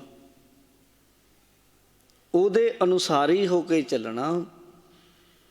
ਜੋ ਉਹ ਹੁਕਮ ਕਰੇ ਉਹਦੇ ਅਨੁਸਾਰ ਚੱਲਣਾ, ਇਹਦੇ 'ਚ ਸੁੱਖ ਹੈ ਬਸ। ਜੇ ਉਹ ਰਾਜਾ ਵੀ ਬਣਾ ਦੇਵੇ ਤਾਂ ਵੀ ਕੋਈ ਗੱਲ ਨਹੀਂ, ਜੇ ਉਹ ਭਿਖਾਰੀ ਵੀ ਬਣਾ ਦੇਵੇ ਤਾਂ ਵੀ ਹਾਂ। ਹਾਲਾਂਕਿ ਕਹਿਣ ਨੂੰ ਗੱਲਾਂ ਸੁਖਾਲੀਆਂ ਨੇ ਇਹ, ਪਰ ਜਦੋਂ ਇਹ ਆਪਣੇ ਤਨ 'ਤੇ ਲੱਗਦੀ ਹੈ ਉਦੋਂ ਬੰਦੇ ਨੂੰ ਪਤਾ ਲੱਗਦਾ ਵੀ ਇਹ ਹਾਲਾਤ ਕੈਸੇ ਹੈ। ਬਾਣੀ ਕਹਿੰਦੀ ਜਿਸ ਤਨ ਲਾਗੈ ਸੋਈ ਜਾਣੈ, ਅਵਰ ਕੇ ਜਾਣੈ ਪੀਰ ਪਰਈਆ। ਕੌਣ ਜਾਣੈ ਪੀਰ ਪਰਾਈ, ਹਮ ਨਾਹੀਂ ਚਿੰਤ ਪਰਾਈ। ਪਰਾਈ ਪੀੜ ਨੂੰ ਕੌਣ ਜਾਣਦਾ, ਕਿਸੇ ਦੇ ਦਰਦ ਨੂੰ। ਜਦੋਂ ਕੁਝ ਖੁੱਸਦਾ ਬੰਦੇ ਕੋਲੋਂ ਜਾਂ ਕੋਈ ਪਦਵੀ ਜਾਂਦੀ ਹੈ, ਉਦੋਂ ਜਿਹੜੀ ਹਉਮੈ ਦੀ ਫਾਹੀ ਗਲ 'ਚ ਪਈ ਹੁੰਦੀ ਹੈ ਉਹ ਖਿੱਚੀ ਜਾਂਦੀ ਹੈ ਵੀ ਹੁਣ ਤਾਂ ਪਹਿਲਾਂ ਤਾਂ ਸਲੂਟ ਮਾਰਦਾ ਸੀ, ਹੁਣ ਮਾਰਦਾ ਨਹੀਂ ਮੈਨੂੰ। ਪਹਿਲਾਂ ਤਾਂ ਮੈਨੂੰ ਹਾਲ ਪੁੱਛਦਾ ਸੀ, ਹੁਣ ਇਹ ਪੁੱਛਦਾ ਹੀ ਨਹੀਂ। ਕਿਉਂ? ਹੁਣ ਮੇਰੇ ਕੋਲ ਕੁਰਸੀ ਨਹੀਂ ਰਹੀ। ਮਤਲਬ ਇਹ ਹਉਮੈ ਨਹੀਂ ਬੰਦੇ ਦਾ ਸਾਥ ਛੱਡਦੀ। ਜੇ ਸਮਝ ਜਾਏ ਉਹ ਵਧੀਆ ਹੋ ਗਿਆ। ਸਾਰਾ ਦਿਨ ਕੋਈ ਸਤਿ ਸ੍ਰੀ ਅਕਾਲ ਬੁਲਾਈ ਜਾਵੇ ਬੰਦੇ ਨੂੰ, ਇਹ ਵੀ ਕਿਹੜੀ ਕੋਈ ਆਤਮ ਸ਼ਾਂਤੀ ਦੀ ਗੱਲ ਹੈ। ਸੌਣੇ ਨਾ ਦੇਵੇ ਕੋਈ ਕਿਸੇ ਨੂੰ, ਸਾਰਾ ਦਿਨ ਤੁਹਾਨੂੰ ਕੋਈ ਚੀਜ਼ਾਂ ਹੀ ਖਵਾਈ ਜਾਵੇ ਤੇ ਕੀ ਬਹੁਤ ਚੰਗੀ ਗੱਲ ਹੈ। ਕੋਈ ਆਤਮਿਕ ਸੁੱਖ ਵੀ ਹੁੰਦਾ ਹੈ। ਮਹਾਰਾਜ ਕਹਿੰਦੇ ਕੁਸ਼ਲ ਇਉਂ ਹੋ ਸਕਦਾ, ਸ਼ਾਂਤੀ ਇਉਂ ਹੋ ਸਕਦੀ, ਹਰ ਜੋ ਕਿਛ ਕਰੇ ਪ੍ਰਭੂ ਜੋ ਕਰਦਾ ਹੈ, ਜੋ ਵੀ ਮੇਰੇ ਕੋਲ ਮੈਨੂੰ ਦਿੰਦਾ ਹੈ ਪ੍ਰਭੂ ਪਰਮਾਤਮਾ, ਸੁੱਖ ਦਿੰਦਾ ਹੈ, ਦੁੱਖ ਦਿੰਦਾ ਹੈ, ਕੋਈ ਕਿਸੇ ਜੀਵਨ ਨੂੰ ਮੇਰੀ ਜ਼ਿੰਦਗੀ 'ਚ ਲਿਆਉਂਦਾ ਹੈ ਜਾਂ ਕਿਸੇ ਨੂੰ ਮੇਰੇ ਜੀਵਨ 'ਚੋਂ ਲੈ ਜਾਂਦਾ ਹੈ। ਹਰ ਸਥਿਤੀ ਵਿੱਚ ਰਾਜੀ ਰਹਿਣਾ, ਉਹਦੀ ਰਜ਼ਾ ਨੂੰ ਮੰਨਣਾ। ਤੇ ਮਹਾਰਾਜ ਕਹਿੰਦੇ ਹਰ ਜੋ ਕਿਛ ਕਰੇ ਸੋ ਹਰ ਕਿਆਂ ਭਗਤਾਂ ਪਾਇਆ, ਉਹਦੇ ਭਗਤਾਂ ਨੂੰ ਪਾਉਂਦਾ। ਆਪਣੇ ਵੱਲੋਂ ਉਹ ਚੰਗਾ ਹੀ ਕੰਮ ਕਰਦੇ ਆ, ਵੀ ਸਮਝ ਲਿਓ। ਇਹ ਨਹੀਂ ਕਿ ਪੁੱਠੇ ਕੰਮ ਕਰੀ ਜਾਣੇ ਫਿਰ ਕਹਿਣਾ ਜੀ ਇਹ ਵੀ ਰੱਬ ਦੀ ਰਜ਼ਾ 'ਚ ਹੈ ਨਾ। ਉਹਨਾਂ ਨੇ ਆਪਣੇ ਚੰਗੇ ਬੀਜ ਬੀਜਣੇ, ਸਮਝੋ ਗੱਲ। ਜਿਵੇਂ ਇੱਕ ਕਿਸਾਨ ਫਸਲ ਬੀਜਦਾ, ਉਹਨੂੰ ਬੀਜਦਾ, ਹੁਣ ਉਹਨੇ ਮਿਹਨਤ ਕੀਤੀ, ਬੀਜ ਦਿੱਤੀ, ਉਹਨੂੰ ਸੰਭਾਲ ਕਰਦਾ। ਹੁਣ ਉਹਨੂੰ ਦਾਣੇ ਲਾਉਣੇ, ਕਿੰਨੇ ਕੁ ਲਾਉਣੇ, ਇਹ ਉਹਦਾ ਫਲ ਹੈ। ਲੱਗ ਜਾਵੇ ਨਾ ਲੱਗੇ, ਇਸ ਤਰੀਕੇ ਰਹਿਣਾ। ਇਹ ਤਾਂ ਨਹੀਂ ਵੀ ਜ਼ਿਮੀਂਦਾਰ ਉੱਥੇ ਕੰਡੇ ਬੀਜੀ ਜਾਂਦਾ ਵੀ ਲੈ ਵੀ ਰੱਬ ਦੀ ਮਰਜ਼ੀ ਨਾਲੇ ਉੱਗਣੇ ਆ, ਬੀਜੇਗਾ ਕੰਡੇ ਤਾਂ ਕੰਡੇ ਉੱਗਣਗੇ, ਇਹ ਵੀ ਗੱਲ ਹੈ। ਪਰ ਬੀਜ ਤੂੰ ਚੰਗੇ ਬੀਜ, ਉਹਨੂੰ ਕਿਸ ਤਰ੍ਹਾਂ ਦੀ ਫਸਲ ਲੱਗਦੀ ਹੈ, ਕਿੰਨੀ ਕੁ ਲੱਗਦੀ ਹੈ, ਉਹਦੀ ਉਡੀਕ ਕਰ, ਸਬਰ ਰੱਖ, ਤੇ ਫਿਰ ਜੋ ਲੱਗ ਗਈ ਉਹਦੇ ਵਿੱਚ ਸ਼ੁਕਰਾਨਾ ਕਰ ਵੀ ਪ੍ਰਮਾਤਮਾ ਤੇਰਾ ਸ਼ੁਕਰ ਜੋ ਵੀ ਤੈਂ ਜੀਵਨ ਵਿੱਚ ਮੈਨੂੰ ਦਿੱਤਾ। ਅੱਗੇ ਨੂੰ ਵੀ ਜੋ ਅੱਜ ਮਿਲ ਗਿਆ ਉਹਨੂੰ ਪਾ ਕੇ ਵੀ ਅੱਗੇ ਨੂੰ ਉਸ ਤਰ੍ਹਾਂ ਦੀ ਜ਼ਿੰਦਗੀ ਵਿੱਚ ਰਹਿਣਾ। ਮਹਾਰਾਜ ਕਹਿੰਦੇ ਇਹ ਇੱਕ ਸੁਖੀ ਜੀਵਨ ਪ੍ਰਾਪਤ ਕਰਨ ਦਾ ਰਾਹ ਹੈ, ਇਹ ਰਸਤਾ ਹੈ। ਹਰ ਜੋ ਕਿਛ ਕਰੇ ਸੋ ਹਰ ਕਿਆਂ ਭਗਤਾਂ ਪਾਇਆ। ਰੱਬ ਜੋ ਕਰਦਾ ਹੈ ਉਹਦੇ ਭਗਤਾਂ ਨੂੰ, ਉਹਦੇ ਪਿਆਰਿਆਂ ਨੂੰ ਇਹ ਭਾਉਂਦੀ ਗੱਲ ਚੰਗੀ ਲੱਗਦੀ ਵੀ ਉਹਨੇ ਠੀਕ ਹੀ ਕੀਤਾ। ਜਨ ਨਾਨਕ ਹਉਮੈ ਮਾਰ ਸਮਾਇਆ। ਮਹਾਰਾਜ ਕਹਿੰਦੇ, ਗੁਰੂ ਨਾਨਕ ਦੇਵ ਮਹਾਰਾਜ ਦਾ ਰੂਪ ਪੰਚਮ ਪਾਤਸ਼ਾਹ ਕਹਿੰਦੇ ਇਉਂ ਬੰਦੇ ਦੀ ਹਉਮੈ ਹੈ ਨਾ ਜਿਹੜੀ, ਫਿਰ ਉਹ ਮਰ ਜਾਂਦੀ ਹੈ। ਹੰਕਾਰ ਹੈ ਜਿਹੜਾ, ਉਹ ਤਾਂ ਫਿਰ ਉਹ ਕੰਮ ਕਰਦਾ, ਆਪਣੀ ਹਉਮੈ ਨੂੰ ਵੱਡੀ ਨਹੀਂ ਹੋਣ ਦਿੰਦਾ। ਰੋਜ਼ ਰੋਜ਼ ਆਪਣੀ ਹਸਤੀ ਨੂੰ, ਜਿਹੜੀ ਉਹਦੇ ਅੰਦਰ ਹਉਮੈ ਰੋਜ਼ ਰੋਜ਼ ਪੁੰਗਰਦੀ ਹੈ, ਵੱਡਾ ਹੁੰਦਾ ਬੀਜ, ਉਹਨੂੰ ਉਹ ਛੋਟਾ ਕਰਦਾ, ਆਪਣੀ ਹਸਤੀ ਨੂੰ ਮਿਟਾਉਂਦਾ ਹੈ। ਮਿਟਾ ਦੇ ਆਪਣੀ ਹਸਤੀ ਕੋ, ਅਗਰ ਕਸ਼ ਮਰਤਬਾ ਚਾਹੇ ਕਿ ਦਾਨਾ ਖਾਕ ਮੇਂ ਮਿਲ ਕਰ ਗੁਲੇ ਗੁਲਜ਼ਾਰ ਹੋਤਾ ਹੈ। ਬਾਣੀ ਮਹਾਰਾਜ ਸਾਹਿਬ ਦੀ ਸੱਚੇ ਪਾਤਸ਼ਾਹ ਕਹਿੰਦੇ ਆ, ਜਾਵੇ ਮੇਰੀ ਮੇਰੀ ਕਰੈ ਤਬ ਲਗ ਕਾਜ ਏਕ ਨਹੀਂ ਸਰੈ, ਜਬ ਮੇਰੀ ਮੇਰੀ ਮਿਟ ਜਾਏ ਤਬ ਪ੍ਰਭ ਕਾਜ ਸਵਾਰੈ ਆਏ। ਜਿਹੜੀ ਆਪਣੀ ਹਸਤੀ ਹਉਮੈ ਹੰਕਾਰ ਨਾਲ ਐਡੀ ਵੱਡੀ ਕਰ ਲਈ, ਆਪਣੇ ਪਿਓਰ ਸ਼ੁੱਧ ਰੂਪ ਨੂੰ ਨਹੀਂ ਸਮਝ ਰਿਹਾ ਮੈਂ ਹਾਂ ਕੀ, ਆਪਣੇ ਆਪ ਨੂੰ ਜਾਣ ਨਹੀਂ ਰਿਹਾ। ਗੁਰੂ ਨਾਨਕ ਦੇਵ ਜੀ ਨੇ ਰਾਏ ਬੁਲਾਰ ਨੂੰ ਜਿਹੜਾ ਗਿਆਨ ਦਿੱਤਾ ਸੀ, ਇਹੀ ਸੀ ਬ੍ਰਹਮ ਗਿਆਨ ਜਿਹੜਾ ਉਹਨੇ ਮੰਗਿਆ ਸੀ। ਕਹਿੰਦਾ ਜੀ ਮੈਨੂੰ ਆਤਮਿਕ ਸੁੱਖ। ਕਹਿੰਦੇ ਆਤਮਿਕ ਸੁੱਖ ਕਿੱਥੇ, ਆਤਮਾ ਦੇ ਤਾਂ ਨੇੜੇ ਤੇੜੇ ਵੀ ਨਹੀਂ, ਤੂੰ ਤਾਂ ਲੱਗਿਆ ਫਿਰਦਾ ਮੈਂ ਰਾਜਾ, ਮੈਂ ਰਾਏ ਬੁਲਾਰ ਹਾਂ, ਤਲਵੰਡੀ ਦਾ ਰਾਜਾ, ਆਗੂ ਹਾਂ, ਚੌਧਰੀ ਹਾਂ, ਆਪਣੇ ਨਾਮ ਨਾਲ ਜੁੜਿਆ ਫਿਰਦਾ, ਆਪਣੀ ਹਸਤੀ, ਆਪਣੀ ਜਾਤ, ਆਪਣੇ ਗੋਤ, ਇਹਨਾਂ ਚੀਜ਼ਾਂ ਨਾਲ ਜੁੜਿਆ ਫਿਰਦਾ। ਜਿਹੜਾ ਤੂੰ ਅਸਲ ਰੂਪ ਵਿੱਚ ਹੈ ਉਹ ਤਾਂ ਤੂੰ ਜਾਣਦਾ ਵੀ ਨਹੀਂ। ਤੈਨੂੰ ਫਰਜ਼ ਕਰ ਇੱਥੋਂ ਲੈ ਜਾ ਚੁੱਕ ਕੇ, ਅੱਖਾਂ ਬੰਨ੍ਹ ਕੇ ਤੇਰੀਆਂ, ਕਿਸੇ ਇਹੋ ਜਿਹੇ ਟਾਪੂ 'ਤੇ ਛੱਡ ਦੇਵੇ ਜਿੱਥੇ ਤੈਨੂੰ ਕੋਈ ਨਾ ਜਾਣਦਾ ਹੋਵੇ। ਉੱਥੇ ਕੌਣ ਹੋਏਗਾ, ਉੱਥੇ ਤੈਨੂੰ ਕੋਈ ਜਾਣੇਗਾ ਵੀ ਰਾਜ ਹੈ, ਜਾਂ ਉੱਥੇ ਤੇਰਾ ਕੋਈ ਨਾਮ ਜਾਣਦਾ ਵੀ ਇਹ ਰਾਏ ਬੁਲਾਰ ਹੈ। ਕਹਿੰਦਾ ਨਾ ਜੀ, ਫਿਰ ਉੱਥੇ ਕੌਣ ਹੋਵੇਗਾ। ਕਹਿੰਦਾ ਜੀ ਉੱਥੇ ਤਾਂ ਸਰੀਰ ਹੋਏਗਾ ਮੇਰਾ। ਫਿਰ ਉਹ ਵੀ ਮਹਾਰਾਜ ਨੇ ਆਖਿਆ ਸਰੀਰ 'ਤੇ ਤਾਂ ਆ ਗਿਆ ਨਾ ਤੂੰ, ਸਰੀਰ ਵੀ ਤੇਰਾ ਨਹੀਂ ਹਾਲਾਂਕਿ, ਸਰੀਰ ਵੀ ਇੱਕ ਨਾ ਇੱਕ ਦਿਨ ਛੱਡ ਕੇ ਜਾਣਾ, ਇਹ ਤਾਂ ਟਿਕਾਣਾ ਇੱਥੇ। ਸਰੀਰ ਤਾਂ ਦੇਖਦਿਆਂ ਦੇਖਦਿਆਂ ਬਚਪਨ ਸੀ, ਬੱਚੇ ਸੀ, ਛਾਲਾਂ ਮਾਰਦੇ ਫਿਰਦੇ ਹੁੰਦੇ ਸੀ, ਪੁੱਠੀਆਂ ਸਿੱਧੀਆਂ ਲੁੱਟਣੀਆਂ ਖਾਂਦੇ ਸੀ। ਹੁਣ ਖਾ ਲਓਗੇ, ਪੈਰ ਵੀ ਵੇਖ ਕੇ ਰੱਖਦੇ ਹਾਂ ਵੀ ਕਿਤੇ ਚੁੱਕ ਨਾ ਪੈ ਜਾਏ, ਗੋਡੇ ਵੀ ਨਹੀਂ ਮੁੱਸਦੇ। ਦੇਖਦਿਆਂ ਦੇਖਦਿਆਂ ਅੱਖਾਂ ਤੋਂ ਘੱਟ ਦਿਸਣ ਹਟ ਜਾਂਦਾ, ਦੰਦ ਚੱਲੇ ਜਾਂਦੇ। ਬਾਬਾ ਜੀ ਬਾਣੀ 'ਚ ਕਹਿੰਦੇ, ਫਰੀਦਾ ਚੱਬਣ ਚੱਲਣ ਰਤਨ ਸੇ ਸੁਣੀਅਰ ਬਹਿ ਗਏ, ਹੇੜੇ ਮੁੱਤੀ ਧਾ ਸੇ ਜਾਨੀ ਚੱਲ ਗਏ। ਚੱਬਣ ਵਾਲੇ ਦੰਦ, ਚੱਲਣ ਵਾਲੀਆਂ ਲੱਤਾਂ ਸਾਥ ਛੱਡ ਗਈਆਂ, ਚੱਬਣ ਵਾਲੇ ਦੰਦ ਸਾਥ ਛੱਡ ਗਏ। ਚੱਬਣ ਚੱਲਣ ਰਤਨ, ਰਤਨ ਰਤਨਾਂ ਵਰਗੀਆਂ ਅੱਖਾਂ, ਇਹ ਵੀ ਸਾਥ ਛੱਡ ਗਈਆਂ। ਸੇ ਸੁਣੀਅਰ ਬਹਿ ਗਏ, ਸੁਣਨ ਵਾਲੇ ਕੰਨ ਵੀ, ਉਹਨਾਂ ਦੀ ਸ਼ਕਤੀ ਵੀ ਮੁੱਕਦੀ ਜਾ ਰਹੀ ਹੈ। ਹੇੜੇ ਮੁੱਤੀ ਧਾ, ਬੁਢਾਪਾ ਹੁੰਦਿਆਂ ਹੁੰਦਿਆਂ ਹਿਰਦਾ ਅੰਦਰੋਂ ਧਾ ਮਾਰਦਾ, ਰੋਂਦਾ। ਸੇ ਜਾਨੀ ਚੱਲ ਗਏ, ਨਾਲੇ ਗੋਡਿਆਂ ਨੂੰ ਤੇਲ ਜੇ ਲਾਈ ਜਾਂਦਾ ਹੈ, ਨਾਲੇ ਨਕਲੀ ਦੰਦਾਂ ਨੂੰ ਲਾ ਕੇ ਸਾਫ਼ ਕਰੀ ਜਾਂਦਾ ਹੈ, ਨਾਲੇ ਅੱਖਾਂ 'ਤੇ ਐਨਕ 'ਤੇ ਕੱਪੜਾ ਫੇਰ ਕੇ ਚਸ਼ਮੇ ਨੂੰ ਸਾਫ਼ ਕਰਦਾ ਹੈ। ਤੇ ਫਿਰ ਸੋਚਦਾ ਓਹੋ ਉਹ ਸਮਾਂ ਕਿੱਧਰ ਲੰਘ ਗਿਆ। ਮਨਾ ਤੂੰ ਹੀ ਹੈ ਜਿਹੜਾ ਬਚਪਨ ਵਿੱਚ ਆਹ ਕੁਝ ਕਰਦਾ ਸੀ। ਸਰੀਰ ਤਾਂ ਉਹੀ ਹੈ ਪਰ ਸਾਥ ਛੱਡਦਾ ਜਾਂਦਾ। ਜਿਹੜੀ ਤੁਸੀਂ ਅੰਦਰੋਂ ਝਾਤੀ ਮਾਰੋਗੇ, ਅੱਖਾਂ ਬੰਦ ਕਰਕੇ ਵੇਖਿਓ, ਅੰਦਰੋਂ ਤੁਸੀਂ ਉਹੀ ਹੋ ਜੋ 10 ਸਾਲ ਦੀ ਉਮਰ 'ਚ ਸੀ, 25 ਸਾਲ ਦੀ 'ਚ ਸੀ, 50 'ਚੋਂ 70 'ਚੋਂ। ਅੱਖਾਂ ਬੰਦ ਕੀਤਿਆਂ ਸਮਾਂ ਮੁੱਕ ਜਾਂਦਾ। ਤੁਸੀਂ ਆਪਣੇ ਅੰਦਰਲੇ ਨੂੰ ਜਾਣਨਾ, ਇਹ ਅਸਲ ਤੇਰੀ ਹਸਤੀ ਹੈ, ਉਹੀ ਸੁੱਖ ਦਾ ਕਾਰਨ ਹੈ। ਪਰ ਮਹਾਰਾਜ ਕਹਿੰਦੇ ਇਹ ਬੰਦਾ ਸਮਝਦਾ ਨਹੀਂ। ਹੇ ਭਾਈ, ਜਨ ਨਾਨਕ ਹਉਮੈ ਮਾਰ ਸਮਾਇਆ। ਹਉਮੈ ਨੂੰ ਮਾਰ ਕੇ ਹੀ ਪ੍ਰਭੂ ਵਿੱਚ, ਆਪਣੇ ਸੁੱਖ ਵਿੱਚ, ਆਪਣੀ ਨਿੱਜੀ ਆਤਮਾ ਵਿੱਚ ਸਮਾਇਆ ਜਾ ਸਕਦਾ ਹੈ। ਇਨ ਬਿਧ ਕੁਸ਼ਲ ਹੋਤ ਮੇਰੇ ਭਾਈ, ਕਹਿੰਦੇ ਇਨ ਬਿਧ ਕੁਸ਼ਲ ਹੋਤ ਮੇਰੇ ਭਾਈ। ਆਹ ਸੁੱਖਾਂ ਦੀ ਚਾਬੀ ਹੈ, ਆਹ ਵਿਧੀ ਆ, ਆਹ ਤਰੀਕਾ ਹੈ, ਆਹ ਢੰਗ ਹੈ, ਇਹ ਰਸਤਾ ਹੈ। ਕਾਹਦਾ ਜੀ? ਇਨ ਵਿਧ ਕੁਸ਼ਲ, ਕੁਸ਼ਲ ਜਾਨੀ ਸੁੱਖ। ਇੱਦਾਂ ਸੁੱਖ ਹੋ ਸਕਦਾ ਹੈ ਮੇਰੇ ਭਾਈ। ਹੈ ਮੇਰੇ ਭਾਈ ਜਨਾ, ਗੁਰਸਿੱਖੋ, ਇਹ ਸੁੱਖ ਦਾ ਮਾਰਗ ਹੈ। ਇਉਂ ਪਾਈਐ ਹਰ ਰਾਮ ਸਹਾਈ। ਰਹਾਉ ਦੂਜਾ, ਇਹ ਦੂਜੇ ਰਹਾਉ ਵਿੱਚ ਮਹਾਰਾਜ ਨੇ ਆਖਰੀ ਪੰਕਤੀ ਵਿੱਚ ਇਹ ਗੱਲ ਆਖੀ ਹੈ ਕਿ ਇਉਂ ਪਾਈਐ ਹਰ ਰਾਮ ਸਹਾਈ। ਜਿਹੜਾ ਰਾਮ ਪ੍ਰਭੂ ਵਾਹਿਗੁਰੂ ਸਾਡਾ ਸਭ ਦੀ ਸਹਾਇਤਾ ਕਰਨ ਵਾਲਾ, ਜੀਵਨ ਦੀ ਸਹਾਇਤਾ ਕਰਨ ਵਾਲਾ, ਉਹਨੂੰ ਇਸ ਤਰੀਕੇ ਪਾਇਆ ਜਾ ਸਕਦਾ ਹੈ ਕਿ ਪ੍ਰਭੂ ਦੇ ਭਾਣੇ ਵਿੱਚ ਜਾ ਕੇ ਜੀਵਨ ਨੂੰ ਉਹਦੇ ਅਨੁਸਾਰ ਹੀ ਚਲਾ ਕੇ ਔਰ ਉਹਦੇ ਹੁਕਮ ਵਿੱਚ ਰਹਿ ਕੇ ਫਿਰ ਇਉਂ ਭਾਈ ਸੁੱਖ ਮਿਲ ਸਕਦਾ, ਇਉਂ ਦੀ ਪ੍ਰਾਪਤੀ ਹੋ ਸਕਦੀ। ਇਉਂ ਲੋਕ ਸੁਖੀਏ ਪਰਲੋਕ ਸੁਹੇਲੇ, ਨਾਨਕ ਹਰ ਪ੍ਰਭ ਆਪੇ ਮੇਲੇ। ਇੱਦਾਂ ਬਖਸ਼ਿਸ਼ ਹੁੰਦੀ ਹੈ। ਇੱਥੇ ਹੀ ਸਮੇਂ ਦੀ ਸਮਾਪਤੀ। ਹੋਈਆਂ ਭੁੱਲਾਂ ਦੀ ਖਿਮਾ। ਸਮੂਹ ਸੰਗਤ ਦਾ ਧੰਨਵਾਦ। ਜਿਤਨੀ ਸੰਗਤ ਵੀ ਦੂਰੋਂ ਨੇੜੇ ਚੱਲ ਕੇ ਗੁਰੂ ਦਰਬਾਰ ਵਿਖੇ ਹਾਜ਼ਰ ਹੋਈ, ਸਭਨਾਂ ਨੂੰ ਗੁਰੂ ਘਰ ਵਿਖੇ ਪਹੁੰਚਣ ਉੱਤੇ ਜੀਵਾਂ ਨੂੰ ਬੁਲਾਓ। ਫਤਿਹ। ਵਾਹਿਗੁਰੂ ਜੀ ਕਾ ਖਾਲਸਾ, ਵਾਹਿਗੁਰੂ ਜੀ ਕੀ ਫਤਿਹ।